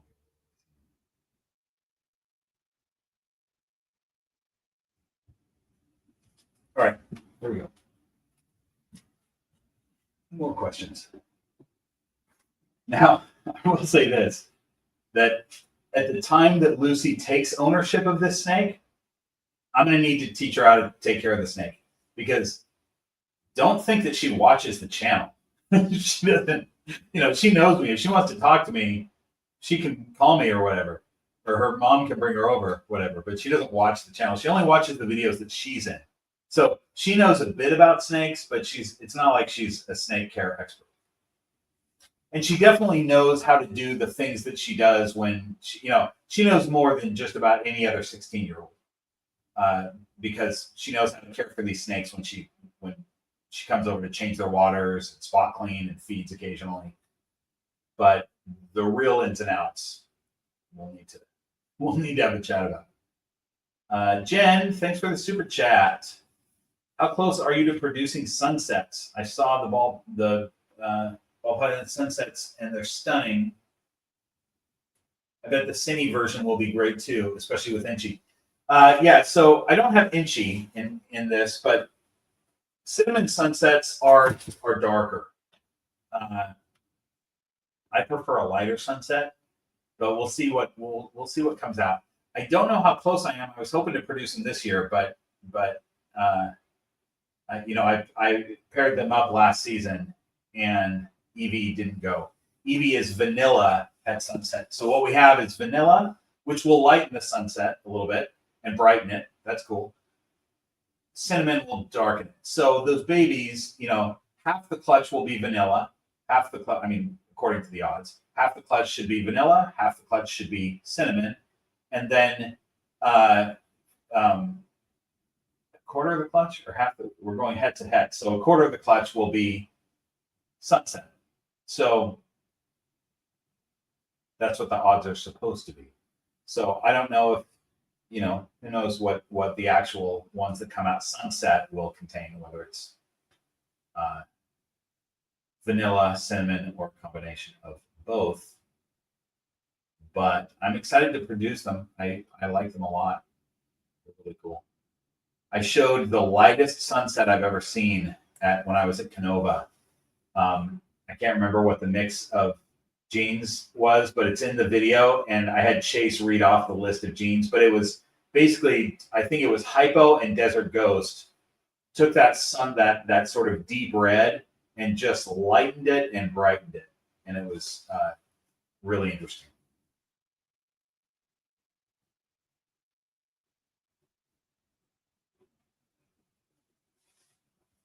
Look at the Sundance Kid. How cute is he, right? He's just happy sitting up on my hat, looking around. He's a good hat band. See what? Oh.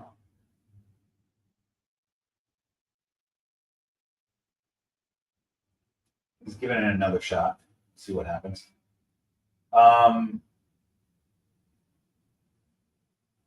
Crisis Corpse asks, I know we shouldn't have favorites, but who's your favorite snake? I won't tell the others, I promise. I definitely don't have a favorite snake, but I will say that there are certain snakes that I interact with much more often because of the nature of that species. And really, it's the snakes in this stack of cages here. This is a 4 stack of cages, but I only have 3 snakes in it right now. The bottom cage is empty. That will be Banjo's when he gets bigger.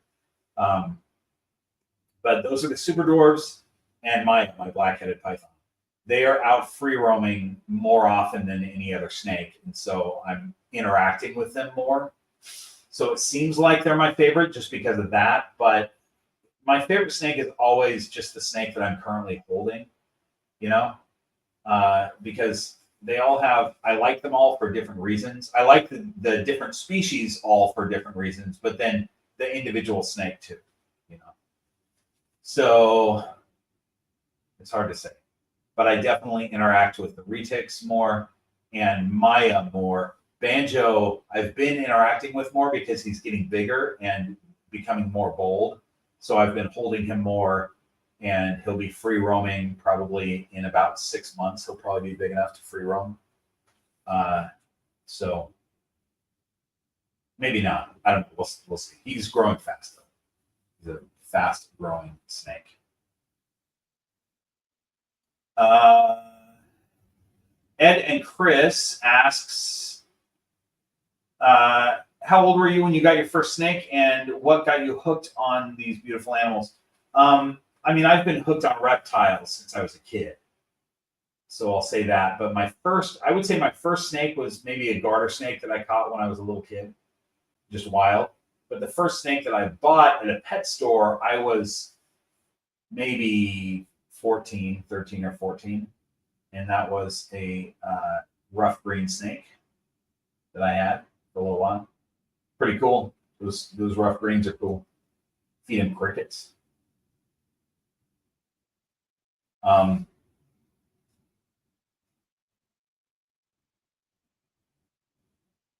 great is this guy? Right? Talk about favorite snakes. And I've already given this one away. I'm nuts. That's crazy. Okay, so let's see. Leah says, my daughter Nimue wants to know when she can meet Kent and how Kent feels about Pip. So Nimue, you can meet Kent whenever you want. Whenever you're in the same area as Kent, you can absolutely meet him. Kent loves meeting people, and he especially loves people that are fans of his. You know, he loves when somebody likes him. He really enjoys that. So he would love to meet you, Nimue. And how does Kent feel about Pip? Kent is, as you might guess, terrified of Pip. And the problem is, I tried to explain to him that Pip is so tiny, there's no way that she could eat a human because she's so small. I mean, none of these snakes could eat a human, right? But for Kent, she's the size of a worm. And the problem for Kent is that she could burrow up into the nostril and then eat your face from the inside versus the outside. So that's his main problem with Pip, is he believes that she could still eat his face, just like all the other snakes he thinks can eat his face. but she would just do it from the inside. So I don't know. Maybe she would. She seems to like me. I don't think she would do that to me, but maybe she would do it to Kent. You never know. I don't think it's ever been documented, though, a pygmy python eating a human's face from the inside. So I don't think it can happen. Eric, thanks for the super chat. Eric's Reptiles. Hey, Bob, what's the best way you keep your humidity up in all your ball pythons cages? That's a great question. I have, did he, oh, he backed up again. Hang on. I have cocoa husk, just like you're seeing in Handsome Dan's cage, in all those cages. And the best way to keep humidity up is to mix water into that cocoa husk. Don't spray, because spraying just gives you a top layer of water over everything that immediately evaporates. So that's gone quickly. What you want to do is mix water into the substrate. And then if you have a cage that is open on the top, in other words, a screen top, you want to cover that. You want to have a bit of ventilation so there's enough airflow, but mostly covered so that the humidity stays in. That is the best way to do it. Okay, Brian asks, who have your mentors been? And biggest picture, what would you love to leave behind for future reptile enthusiasts? Good question. So, my mentors, I have mentors that are Steve Irwin, for one, as far as just someone who inspired me as a kid with all animals. Because I'm a big fan. I have reptiles, but I'm a big fan of all animals. When I see an animal, it could be a cow in a pasture, I'm very excited about all animals. So Steve Irwin, for one. But then, I have, oh, look at that yawn. I have specific mentors for each species. So I would say that for black-headed pythons, I consider Derek Roddy a mentor. Nick Mutton, I've talked with a number of times about carpet pythons, and I would consider him a mentor. And as well as like pygmy pythons, stuff like that. Anything Australian. Speaking of Australian, Peter Birch, who I had never met personally until Animal Con, but I watch all of Peter's content, and I wish he would do more content. But now I feel comfortable messaging him if I have questions or anything. I would consider him a mentor. Garrett, I consider Garrett a mentor with retics. He's worked with them for so long and he knows them so well. So a lot of those. What was the other question? Oh, what would you leave behind for future reptile? What would you love to leave behind for future reptile enthusiasts? I think just helping to evolve the keeping of reptiles. It's a ever evolving process as we keep them. We learn more, we learn how to keep them better, and I want to evolve that. I always want to inspire people, to maybe that's inspiring them to get into keeping snakes, but also inspire them to think about them maybe a little bit differently, whether they're keeping them or not. Think about them differently, and I kind of want to bring, this is such a vague thing to say, but I'm interested in bringing positivity into the reptile keeping community, because there's a lot of negativity already. We got that handled. Well done, everyone. We got the negativity. I'm not talking to you guys that are currently in the chat right now who are so positive, but there's a lot of negativity, and I think that there could be a lot more positivity and just people encouraging others and being helpful rather than not. All right, we got Handsome Dan drinking water right now. Hold on, let's see if I can give you a shot.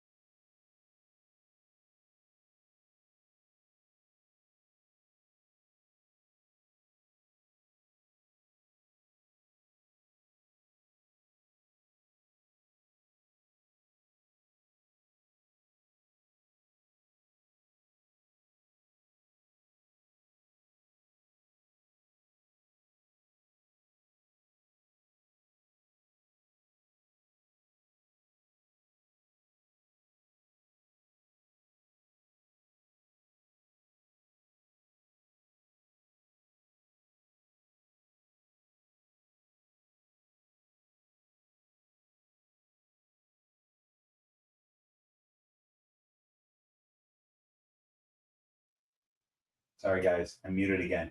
So was that Amy texting me to say I'm muted? Yeah. Yeah, I got it. Okay. So we're fixed. Sorry about that, guys. So here's what happens. Every time I mess with this stupid camera, it shuts the camera off, and it also mutes me. So apologies. I hope we didn't lose too many people because of that. And I'm sorry that you didn't get to see Handsome Dan drinking water, because I thought I got a shot of it, but I think the camera was off. So sorry. I failed. But now everyone can at least hear me. So let's go back to Briar Bat's super chat. Thanks for that, Briar Bat. My favorite Python guy. Thanks. I appreciate that. It's beautiful. It's beautiful to see how much you care for your snakes and other keepers. You are so zen. What I was saying is I appreciate that. And I like the idea of being zen. It's I think it's just a good way to be in the world, you know? Just sort of take a zen attitude to everything. You don't have to get too excited. Either way, positive or negative, you don't have to get too excited. You can just be, you know, zen. This guy is the epitome of zen. Sundance Kid. Just whatever. He's just going with whatever. Sonia, thanks for the super chat. When are you coming back to Atlanta? We are the Hollywood of the South. Yes, you are, for sure. When are you coming back to Atlanta? We are the Hollywood of the South. Oh, twice. Okay. Yeah, I know. There's a lot of production going on in Atlanta, and I don't live there, so I don't get auditions for productions that are happening in Atlanta, because they're looking for local actors, at least in the category of actor that I am. I meant to quote category, not actor, but but the category is that I do guest stars and co-stars. Like I'm not a famous actor that's gonna pull people in to watch a show. Except you guys might watch a show that I'm on. So whenever they're casting for, when there's a show casting for a guest star or a co-star, they look for local actors. So yesterday I auditioned for the show Ted. That's from the movie, the Seth MacFarlane Bear thing. It's a TV show now.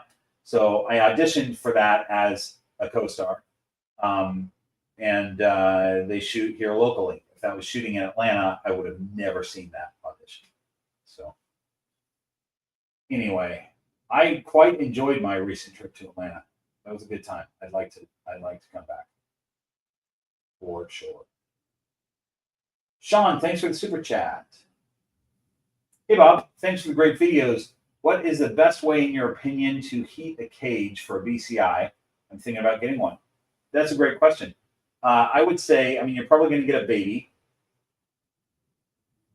So you could use a heat mat, but I recommend for a boa, it's pretty much the same setup as a ball python, but I would get them a PVC cage and use overhead heating. You can use a heat panel, or you could use a CHE or a deep heat projector. Anything like that works great for BCI. And that same advice would go for a ball python as well. But I think a setup for any of those. Trish, thanks for the super chat. Let me know if you have a. Oh, I see your question right below it. Hang on. Thanks for that super chat. Let me finish this one, and then I'll answer yours. I think that was it. What I was saying. It's pretty much the same setup for a ball python. Oh, what I was going to say is that like a fish tank to me is not the best setup, because you're going to have trouble with both heating and humidity. You can do it, but you're going to have some stuff that you have to deal with. It's always better to start out with a PVC cage and just use overhead heating. It'll be fine. Your BCI is going to climb a little more than a boa will throughout their life. Than a ball python will throughout their life. And so height is good for them if you want to get a taller cage, Not that ball pythons don't climb, because they definitely do. But they can hurt themselves. And actually, we're going to talk about that in a second. Trish says, how do I make my boys more comfortable with me? I do choice-based handling, and they're still pretty skittish of me, one more than the other, but I've had them for a year. Yeah, Trish, so the video that's coming out on Monday is going to be the one to watch. because I talk about how to work with. I talk about how to do that.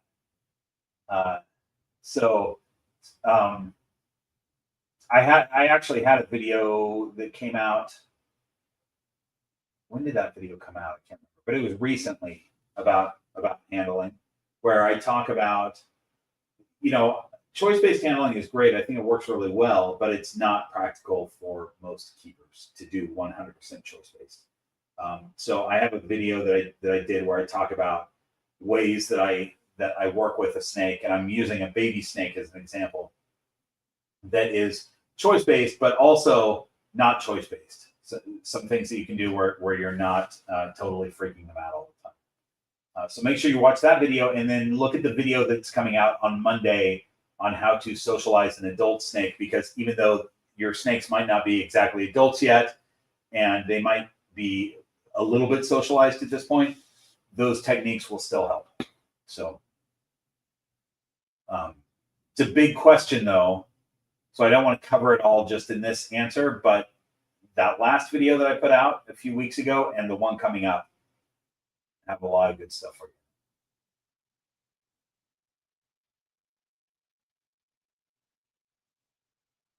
Okay.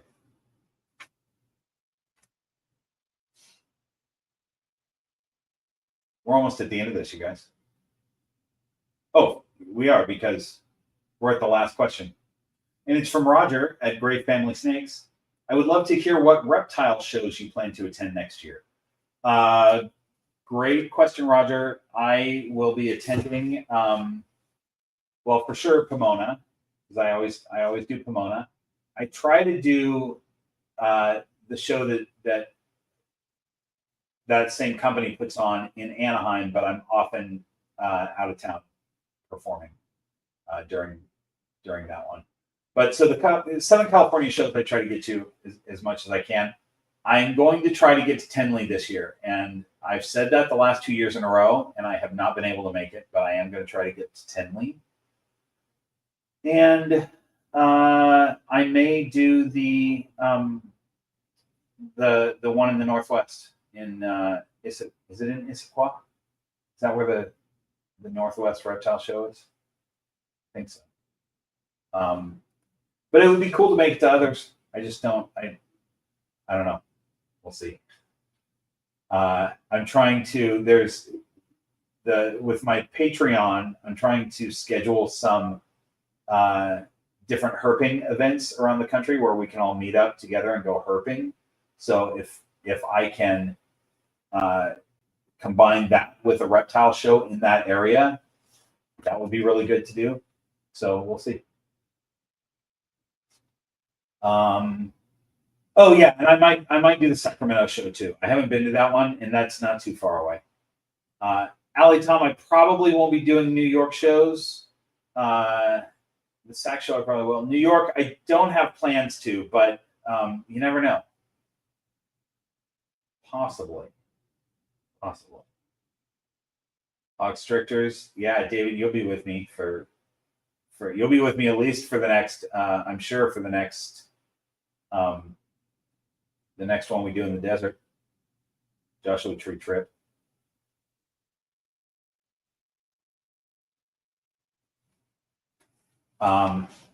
So yeah, there's a few that I'm going to get to this year. Try to get to at least. So that was that for the questions. I'm going to just shut Handsome Dan's cage because he's for sure not coming out. Any others? Anybody else want to see any other snakes? I'm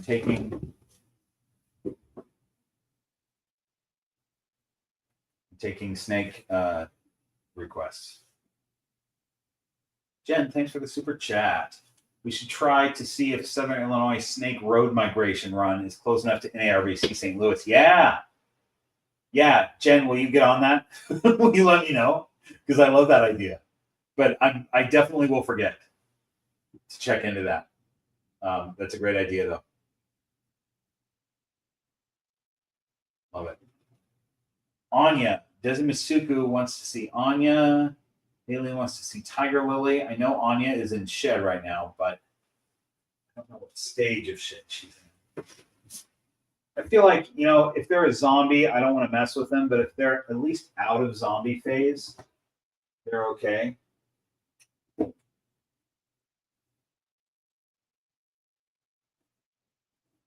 She's coming out of it. She's kind of still in it, but real quick.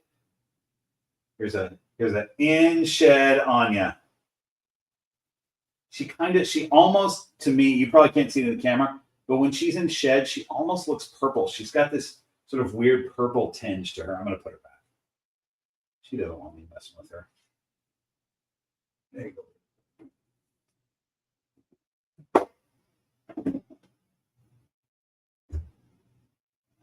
You know who's not in shed, though? Is Tiger Lily.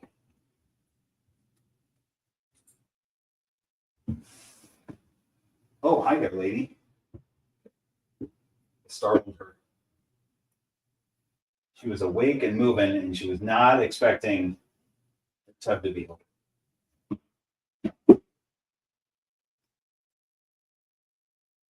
Tiger Lily. Oops. How pretty is this girl?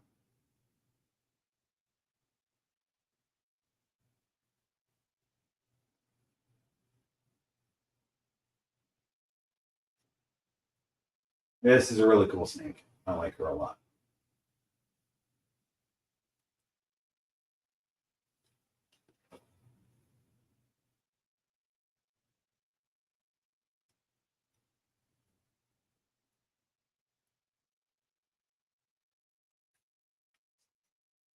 I can't wait to read. I'm always very excited to read the chat after the live stream. I do it I'll either watch the live stream at night and read through the chat, or I'll do it. I actually don't watch the live stream. I skip through just to read all your comments. And I definitely have not been able to get to most of these comments today. All right. Amy's talking to me on Marco Polo. Do you guys use Marco Polo? So I'm going to look at that later, I guess. Just making sure that I don't have any other. Okay. All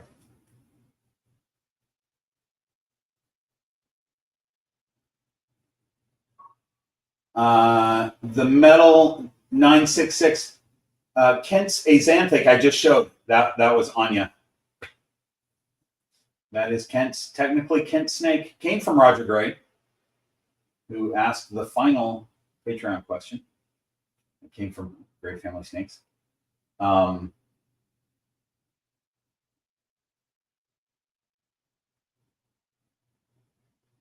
guys don't use Marco Polo? It's an app that's like a video walkie-talkie. I use it with people that I communicate with back and forth a lot. It's better than texting. Look at the Sundance kid. He's like, is that a female? Kind of interested. What's Anya's full genetics? Tyson, Anya is Axanthic. She's pastel Axanthic het pipe.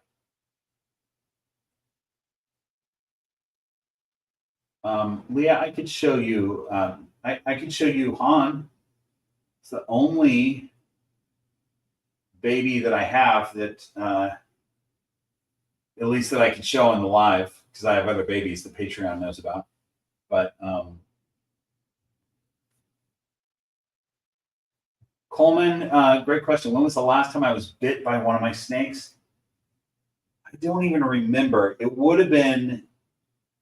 probably would have been Echo. It might have been Maya. Oh no, that's not true. That's not true at all. I know exactly the last time because it wasn't that long ago. And I don't know if I talked about this on the last live stream or not. Oh, I did, I think, because I was still suffering from it. It was Lucille. It was Lucille who would never bite me, ever. And I was feeding, and I was about to open her tub. I had a hook, that not in my hand, but it was within reaching distance, and I was just feeding all my snakes. and I got to Lucille's tub, and I actively thought in my brain, I don't need to open her tub with a hook because she's never comes flying out. She's never looking for food. Well, I opened with my hand, and she got my hand and got my thumb, and I jumped, and it pulled some teeth out into my thumb. And it took several weeks for those teeth to work out. They just worked out of my thumb naturally. But it was Lucille. It was the last snake to bite me. It was a food bite. And by the way, Lucille, who used to be a mouser, I talk about her being a mouser. I raised her on mice. She now eats rats with gusto. She loves them. And she has not refused a meal in a while. And it's always a medium rat, which makes me happy. It's great that she's eating rats. Oh my gosh, Amy, I can't wait to see your polo. Amy says, sorry for sending you a polo during a live stream. George is messing with me again. So I'm just gonna talk about George in the live stream. Amy's office is haunted. She has a ghost, and I've experienced George before. And it's usually when Amy's alone in the office. George is there, but I've been in the office when George has done some stuff. There's crazy stuff that happens in that office. So I'm excited to hear what's going on.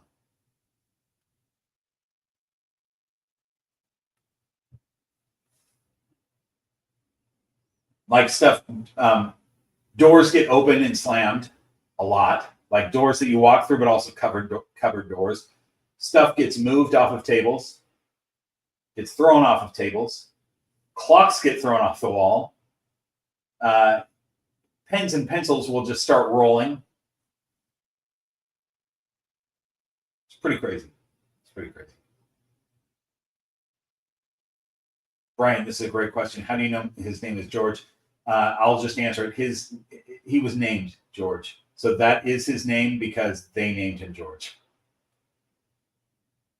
His name in life prior to being a ghost might not have been George, but that's what his name is.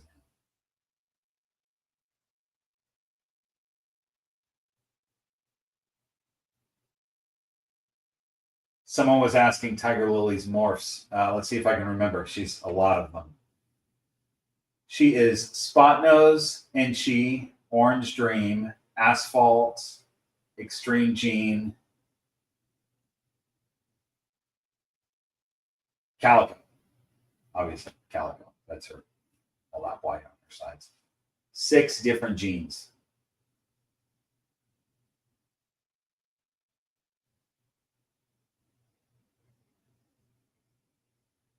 Clint asking maybe the best question of the night. Why do ghosts hate clocks?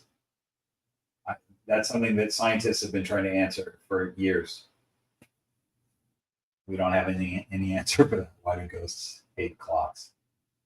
But I tell you what, while I was there, that ghost, well, look, I don't want to say the ghost threw the clock off the wall. I'm just going to say the clock was thrown off the wall. I don't know what it was.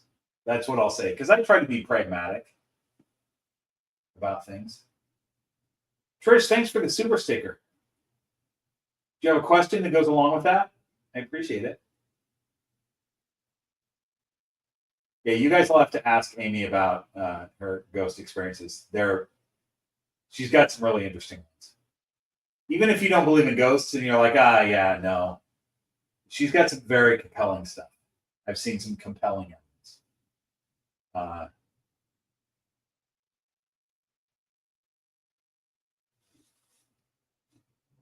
Should I have a ghost hunting channel, you guys? That'd be super fun. Maybe I should do a ghost hunting channel. It would be hard to do while I'm trying to do a green room pythons. But, man. Either, okay, should I have a ghost hunting channel or a Bigfoot hunting channel? Either one would be great, because I like to be in the forest. For me, I don't care if we find a Bigfoot or not. We won't, right? But at least I get to be in the forest. Started with Dave, Ghost Adventures. Dave did a video on his food channel. Sarah says Bigfoot. Dave did a video on his food channel where he went to a couple haunted restaurants. That was kind of cool. Not that I watch Dave Kaufman's videos. You guys don't tell Dave that I watched his video. I don't want him thinking that I click on his stuff. I used to tease him a lot because we were pretty good friends, I think, before he ever once watched one of my videos. So I used to tease him a lot. Now I know he watches my videos, but we became pretty good friends. And I still was like, you've never seen a Green Room Pythons video before. I don't think you know what I do. Like, it took a while. Let's see. Hang on. Why not both? That's a great idea. Ghost and Bigfoot hunting with Bob Bledsoe. I really like that idea. Did I miss a super chat or did I? Oh no, I think I got one.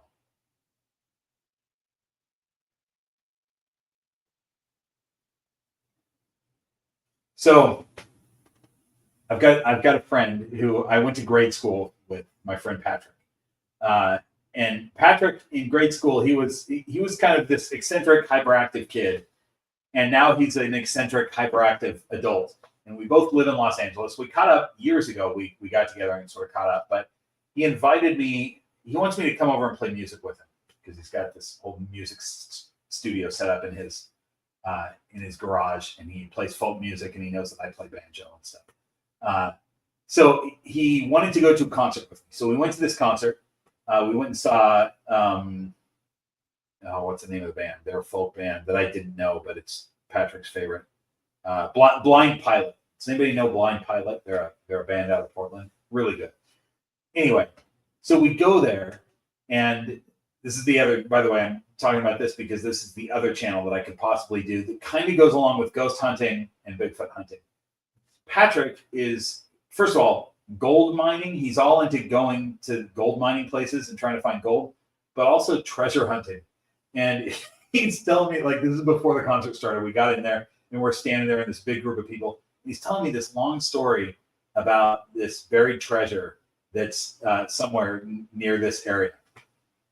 Tells me this whole story, and I go, Patrick, are you about to tell me that you're the only guy who knows where the treasure is? Is that why you're telling me this whole story? And he goes like this. He looks around to see if anybody's listening. He goes, dude, nobody else is paying attention.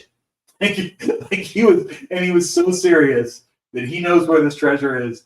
And I'm thinking, if I ever go treasure hunting with someone, it's going to be Patrick. It's going to be that guy. Like he's pretty confident in it. I don't care if we find anything or not. He's super excited about it. Sounds great. I have, for the last, I don't know, for my entire adult life, when somebody asks me what's my New Year's resolution, because I don't really make New Year's resolutions, but my response is always that my New Year's resolution is to find a treasure chest. I've never actively looked for a treasure chest, but I think I'm going to go with Patrick. That could be a video in my new channel. Treasure, ghosts, Bigfoot.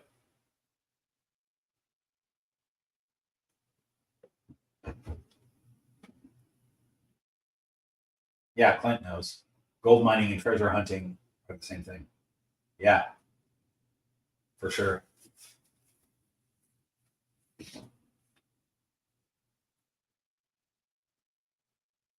Did the Sundance Kid yawn again and I missed it?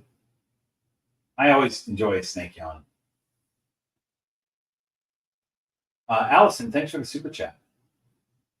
I will 100% join Kent's ghost hunting Patreon.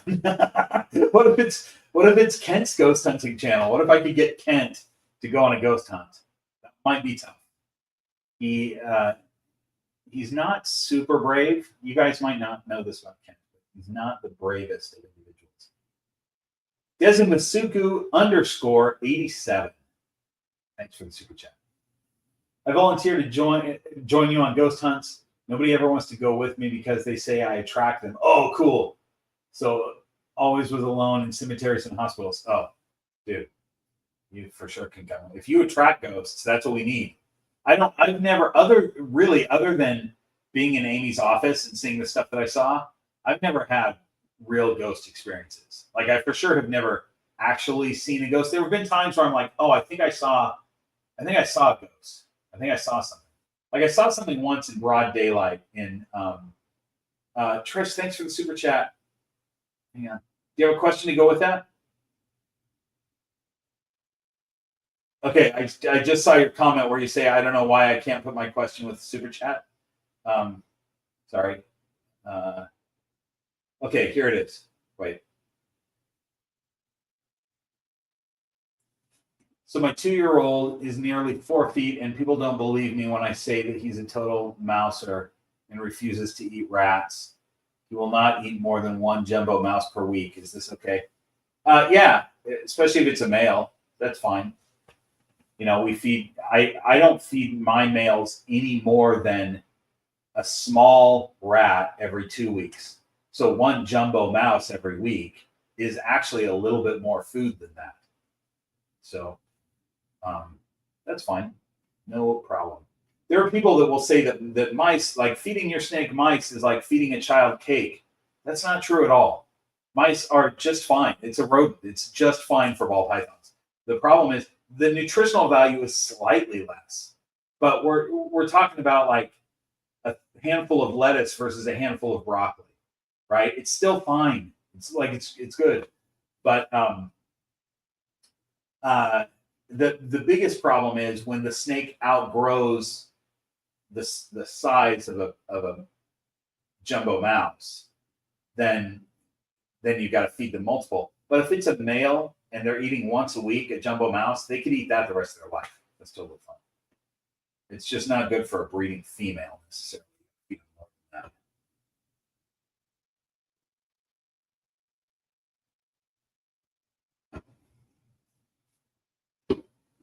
How cool is the Sundance Kid? Every time I have him out, and again, it's not very often, but when I do have him out, I'm like, why don't I have this guy out more? He's just so cool. You know, he's happy being anchored onto my hat and just looking around from the safety of my hat, you know, just sort of checking things out. Love that guy. Yeah, Barbara just said it. He wants to live in your hat. He looks so comfortable there. I know. But, you know, there's a lot of times snakes that they'll be cool on the hat for a while, but then they want to leave, they want to take off, whatever. He's just totally okay with this. But it's interesting, you know, as comfortable as he is being out, and as much as it seems like he has a good time, he never asks to come out. Like he's always in his hide. He's been raised like that. He never is looking to come out. When I say asks to come out, I just mean that in the morning, when I check on them in the morning, he's always in his hide. If I look in there in the afternoon, he's in his hide, just always curled up. But if I choose to bring him out, he's totally cool with it. New Smithsonian, thanks for the super chat. Best snake if you want 5 feet? Yeah, ball python or a dwarf species of boa. Crawl key or Hog Island boa, something like that. I mean, if you want a thick snake, if you want a constrictor, because you know, corn snake also falls within that. King snake. I found the cutest king snake a few weeks ago. You guys, the most beautiful king snake. Now, I mean, cute because it was probably 6 months old. It was still young, but just perfect black and white banding. And since it was a young snake, it didn't have any scars on it yet. You know, it was wild, and it was cool. I was out on a hike with my agent and some of her other clients. So she put out a email blast to the entire agency and said, "I'm going hiking this weekend. Anybody want to go?" And so it was fun because I don't see her very often. I almost never see the other clients. So we went on this hike. We found 2 snakes. It was like 65 degrees out. We found 2 young snakes, a king snake and a gopher snake. So it was cool because these are all non-snake people. So I got to teach about snakes, which is all I want to do ever anyway. Super fun.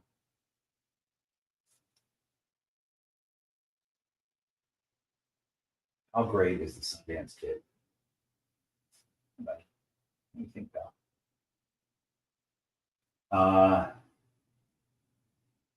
Pietro, thoughts on blood pythons for beginners? Sure. Get a baby, so you learn with that snake.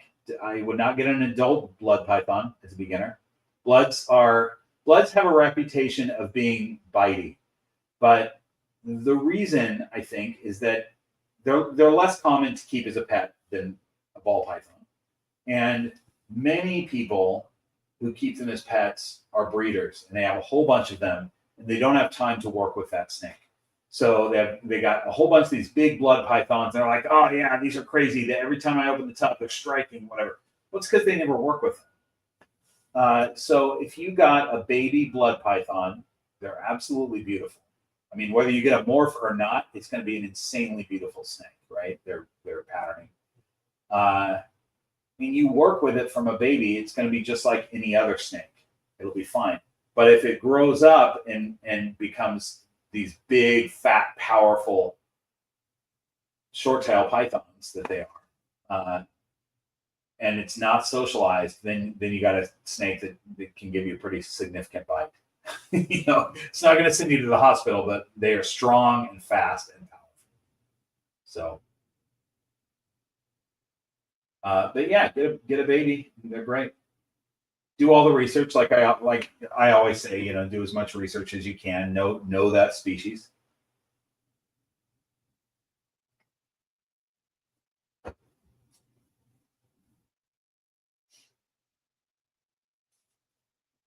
Trish, this is a great question, and I want to talk about it. Tell me why I have snakes, but when I see a wild one, I scream and run away. So, first of all, I think we have a reaction. I mean, I like mice and rats. I like rodents. I love them. I think they're great. But if I see a rodent out of the corner of my eye, it's going to startle me. Just like if I see a snake moving out of the corner of my eye, it would startle me, because we don't know what that is in the moment. And then once we figure out what it is, it's not that big of a deal. But for snakes, you can have snakes in your house that you love, but you go out in the wild, you see a snake. If you see the movement, that might startle you, but you still might be scared. Once you realize it's a snake, you still might be scared because you don't know what type of snake that is, and we're conditioned to know that some snakes are venomous. So if you don't know whether that snake is venomous or not, that will cause you to run away. It's just a venomous snake could potentially kill you, right? Or cause you a lot of harm. So I think that's why we do that. And I think it's important to know what species of snake you have in your area and which ones are venomous. I think, first of all, just know how to identify whatever venomous snake is in your area. If you live on the west coast of the United States, California, Oregon, Washington, the only venomous snakes have rattles on their tail. It's only a rattlesnake. Any snake that's not a rattlesnake is non-venomous. Aside from the occasional water snake that they find in the very southern portion of the waters in San Diego. They get those, I don't know if it's a crate or what, but those venomous water snakes. But that's super rare, but they do find them occasionally.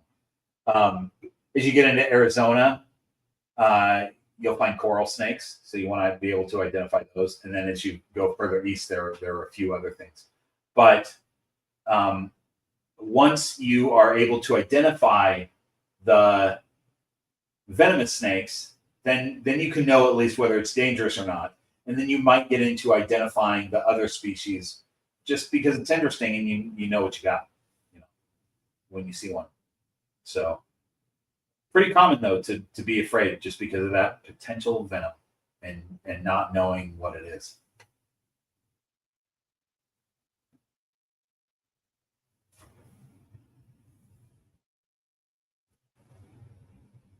Trish, where do you live? What's your what area of the? I assume you're in the U.S., but maybe I'm wrong. Where do you live? Rattlesnakes, cottonmouths, copperheads.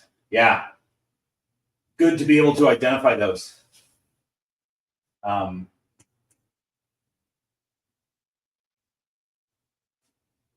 Yeah, those pit vipers and other things. Jason, you're right. There are garter snakes here, and they are venomous. True. Garter snakes, for those who don't know, we didn't know until 10, 15 years ago, something like that, that they're technically venomous. Not significant to humans, but significant to their prey. That's why any snake that's venomous, that's why they have their venom, is it's for their prey. And garter snakes technically have venom, but it really only affects little frogs and whatever else they're eating. So Trish, you're in the southeast. Rattlers, cottonmouths, copperhead. Yeah. So you're going to see a snake. I mean, you've got a number of venomous snakes there, right? So, I mean, I would be nervous too. I would see one and I'd back up real quick, and then try to identify it, because the next thing I want to do is pick it up. I'm always like, oh, a snake, and trying to grab for it,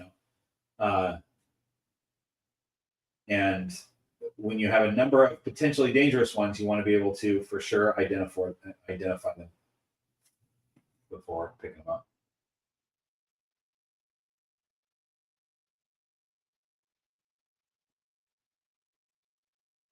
I tell you what, though, when I went on this hike, I didn't take my snake hook with me. I usually, if I'm going out somewhere, I'm going to bring a snake hook just in case I see a rattlesnake.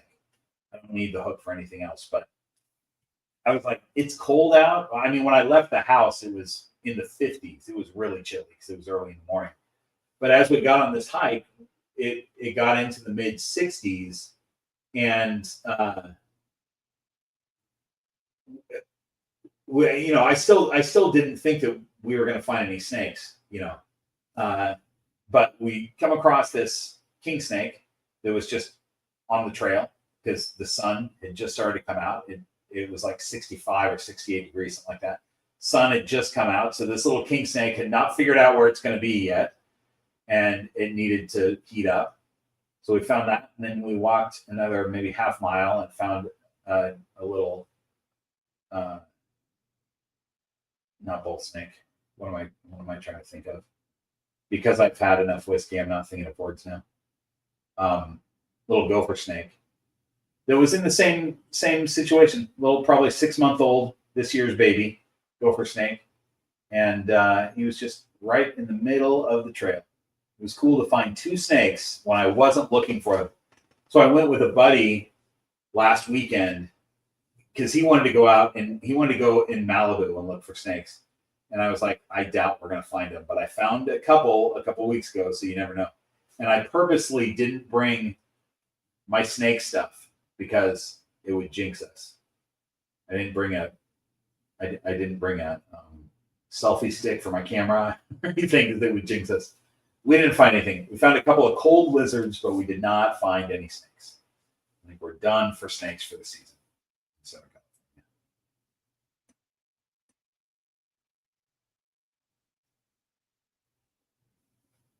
Candy's critters. Yep, we got it. Go for snake. I mean, when I'm not drinking whiskey, I lose words. They just leave my head sometimes.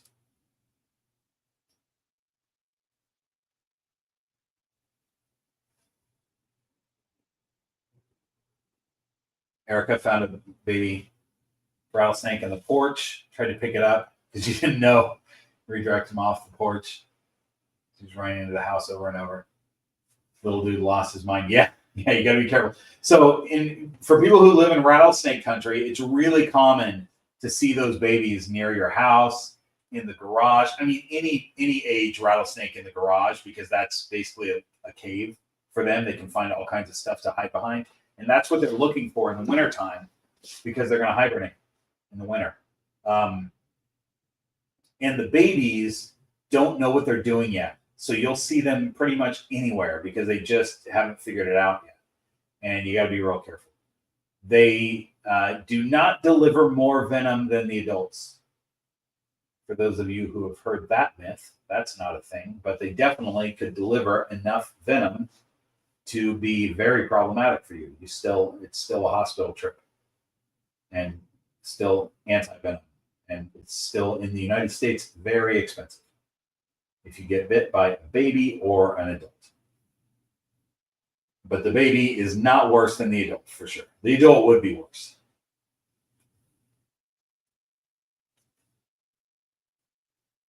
Thank you, Trish. I appreciate the support there. Words are hard.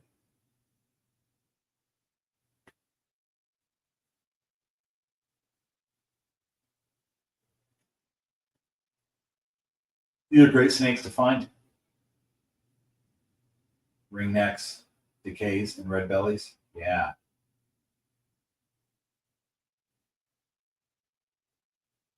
I would have a hard time in an area that has decays and again, I've lost words. Decays and garter snakes. I would have a hard time identifying a decays.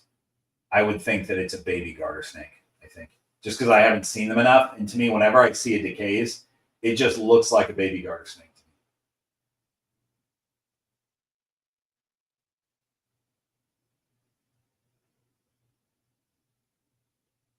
So guys, I'm reading through these comments, but I'm skipping a lot also. So apologies if I miss your comment, because I just can't read through them all. We did this one. I really enjoyed doing the live stream for Patreon. It was the first one we did.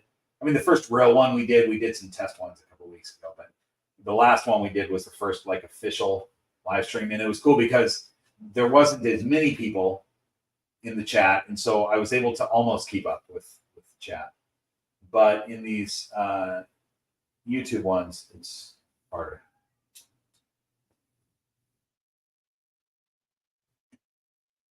Alan David is asking how I like spotted pythons. They're great. I have a pygmy python, which is very closely related to a spotted python. And they're really cool. Highly recommend any of those species. Spotted, children's, Stimson's, pygmy. Okay. We're getting close to the end of this, ladies and gentlemen. Is there any other snake that you would like to see before we end this? Nintendo girl, welcome. Glad you're here for the first one. Well done.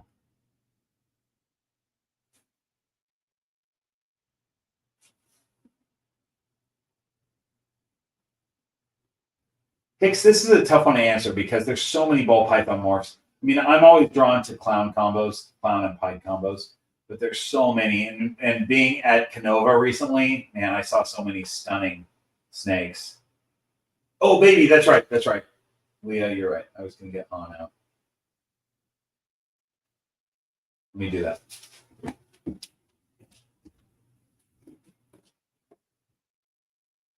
Hey there, young man.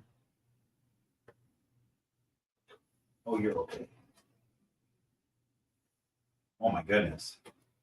It's hissing.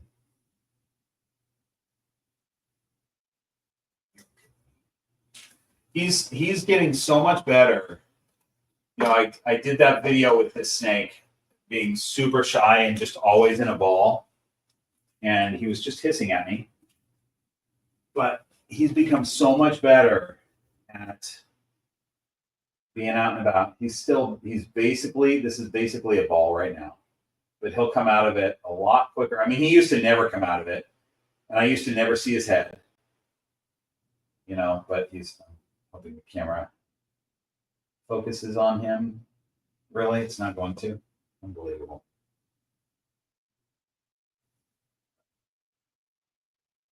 So Han is a super cute little leopard, het ultramel, het pied, possibly het hypo. Just a regular baby snake now. Not the most scared snake in the universe. He eats like a champ. Totally happy with a frozen thawed rat pup. And does not mind hanging out.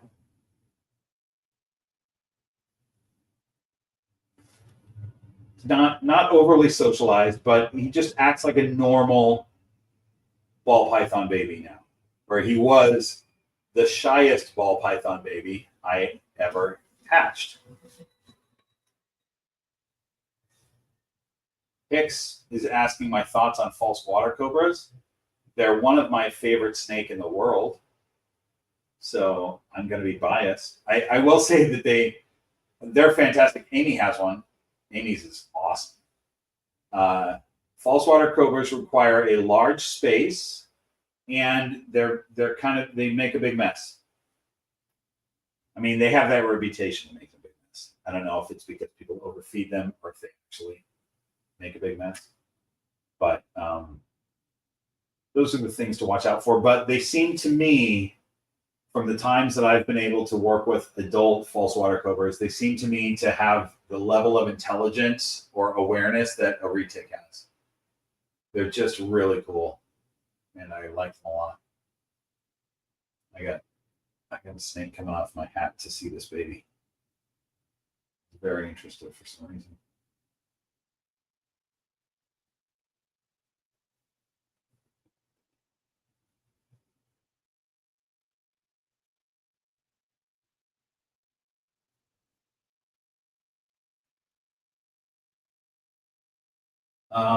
Let's see. The metal 966 that I currently have, you know, I really would like to hatch out some sunsets. I've had this pair of het sunsets for a while, and I'd like them to produce something. That's kind of exciting. But I'm excited to hatch out anything. You know, I'm a big fan of pied and clown and freeway stuff. It's all good stuff. I'm gonna put the Sundance Kid back. Oh, let's see. Hang on. I'm going to put Han back. All right. Say goodbye to Han and the Sundance Kid. Here's an adult male and a baby male side by side. Okay. There's that guy back. This guy back.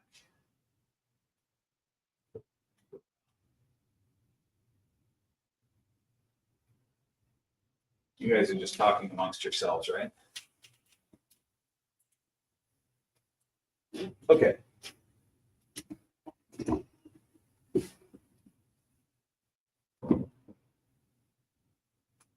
Yeah, Handsome Dan is still, I might be able to get him out. Trish, I see your super chat. Now let me look for your question. Here we go. Thanks for that super chat. Do you offer one-on-one consultations? I would pay a premium for you to tell me exactly what I need to do for my slither sons. Trish, I don't offer one-on-ones, but I can tell you that everything that you need to know about ball pythons, you can find on my channel. I mean, I'll say that you can find it anywhere on YouTube from somebody, but if you like my stuff, if you like the way I teach it, you can search on Green Room Pythons, you know, your question, and it's probably gonna be covered.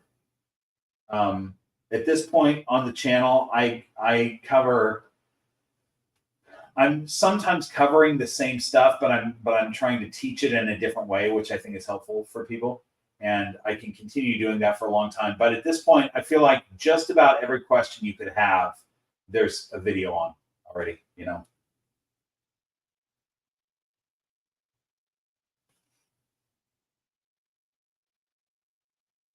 Prices Corpse is asking if I'm going to keep just Craig.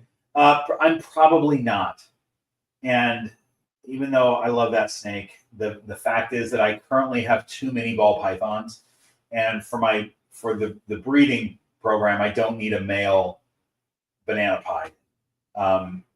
So I'm probably going to let Jenny Craig go to one of my Patreon supporters, or Craig, just Craig. I'm going to probably let just Craig go to one of my Patreon supporters. But I haven't figured that out yet. Hey, Tim, it's good to see you, man. Tim with Intrepid Exotics is in. Good to see you, brother. Thanks for popping in. Hope you're doing well, man. Brian is saying maybe you'll get another boa constrictor. You know, I had at one point I was really considering finding a female for Handsome Dan, but I don't think at this point anyway, I don't think that I'm wanting to breed boas. That could totally change in the future. And Handsome Dan is going to live a long time, so he definitely could breed in the future. But I'm not looking at doing that anytime soon.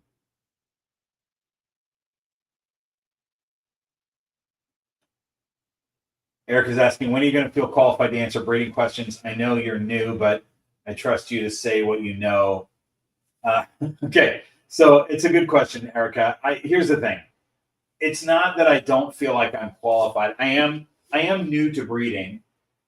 I've got a few seasons under my belt. However, I don't breed that many snakes. So if I was somebody who was like really going gung-ho and like had this massive breeding operation and I had done it for a few years, I would have a ton of clutches under my belt. At this point, I don't. However, I do feel like I know what I'm doing. But I also feel like there's plenty of people on YouTube that give that kind of content and teach it well. I think that content is covered. I feel like I've carved out a bit of a niche for myself in talking about other things that I think are really important for snake, for people who keep snakes. The other thing is that, you know, if you want to breed snakes, I think that's a great thing to do. But if I came out with a bunch of content on my channel about breeding snakes, it's going to inspire people to breed snakes. And I don't necessarily want to do that. I don't think that there's a lot of people who get into breeding and they find out that they have a hard time selling their snakes. They can't, it's not the easiest thing in the world to do. So I want to encourage people that naturally are falling into that lane of breeding. I think that's great. But if you otherwise are just going to be a pet keeper, that's really great too. Just do that. I'm not trying to turn a bunch of pet keepers into breeders, because I just don't think that we need that.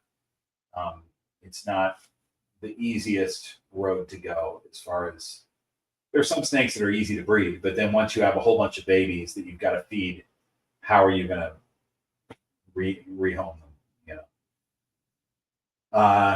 So that's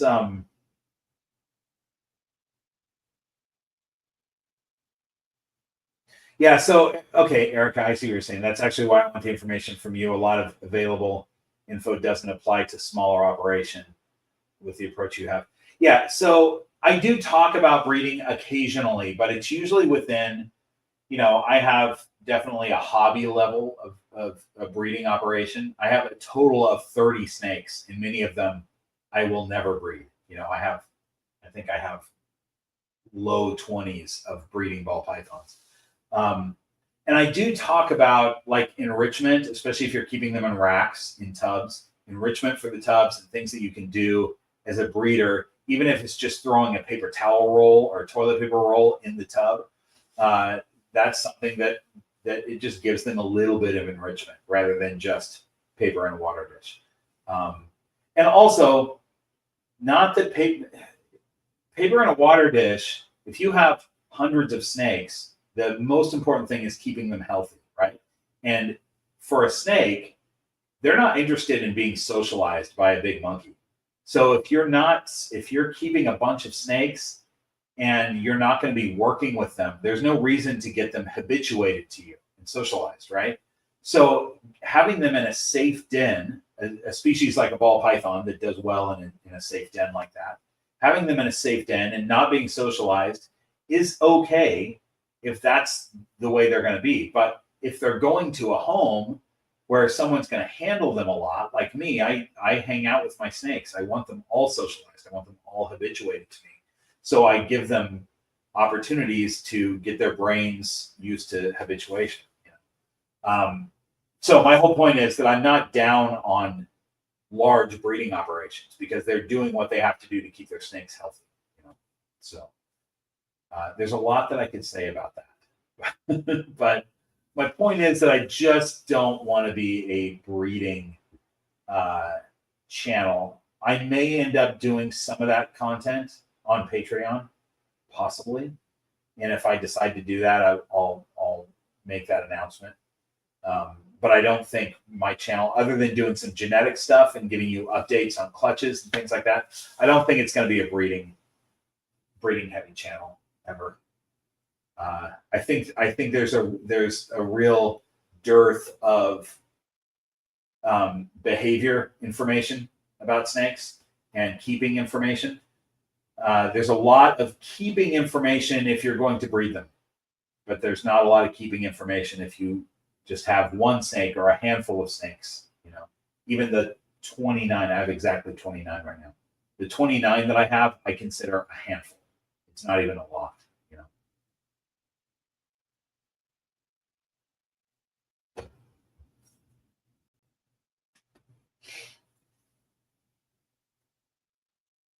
Erica, send me on Patreon, send me what you want to know, and maybe I'll make a video that just talks about it, and I'll post it up on Patreon. That sounds like a good idea. So I'll do a little bit of that breeder content anyway. Oh, thanks, Jen. That's really nice of you to say. That's what I'm shooting for. I'm also really interested in conservation, and so those videos where I show other species and species in the wild, stuff like that, is important to me because I think it's important that if people, if you have a ball python at home, I think it's important that you're also not out killing a rattlesnake just because it came into your yard. And I don't think most of you would, but some people do. Some people who happily keep a ball python will take a shovel to a rattlesnake if it crosses their property line, And so I want us to not be doing stuff like that.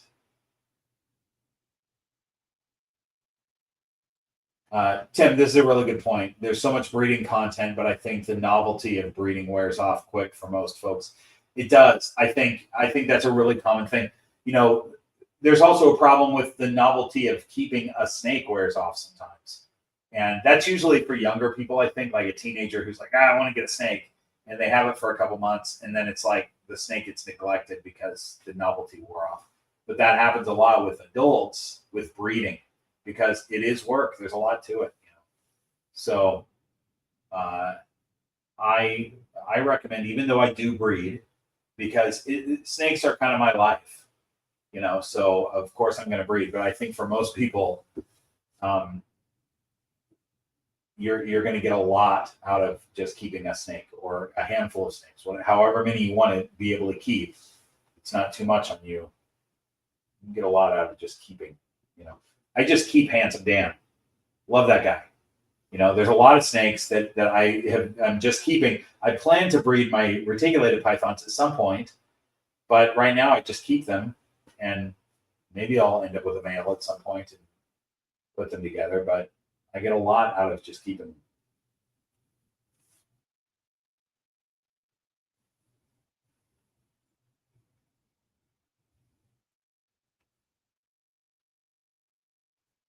Oh, Crisis Corpse, I love this.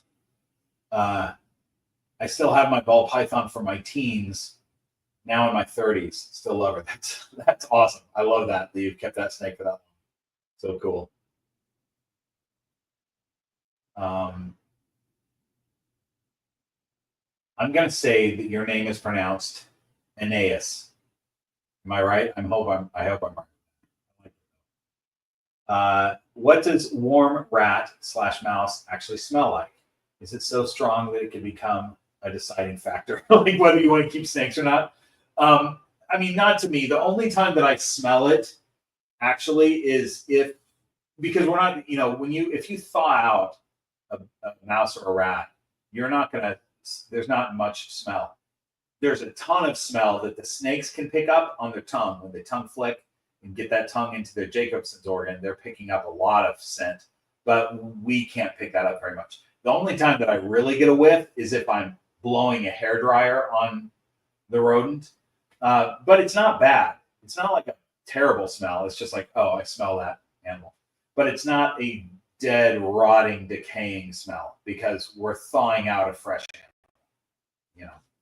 animal, so it's not terrible.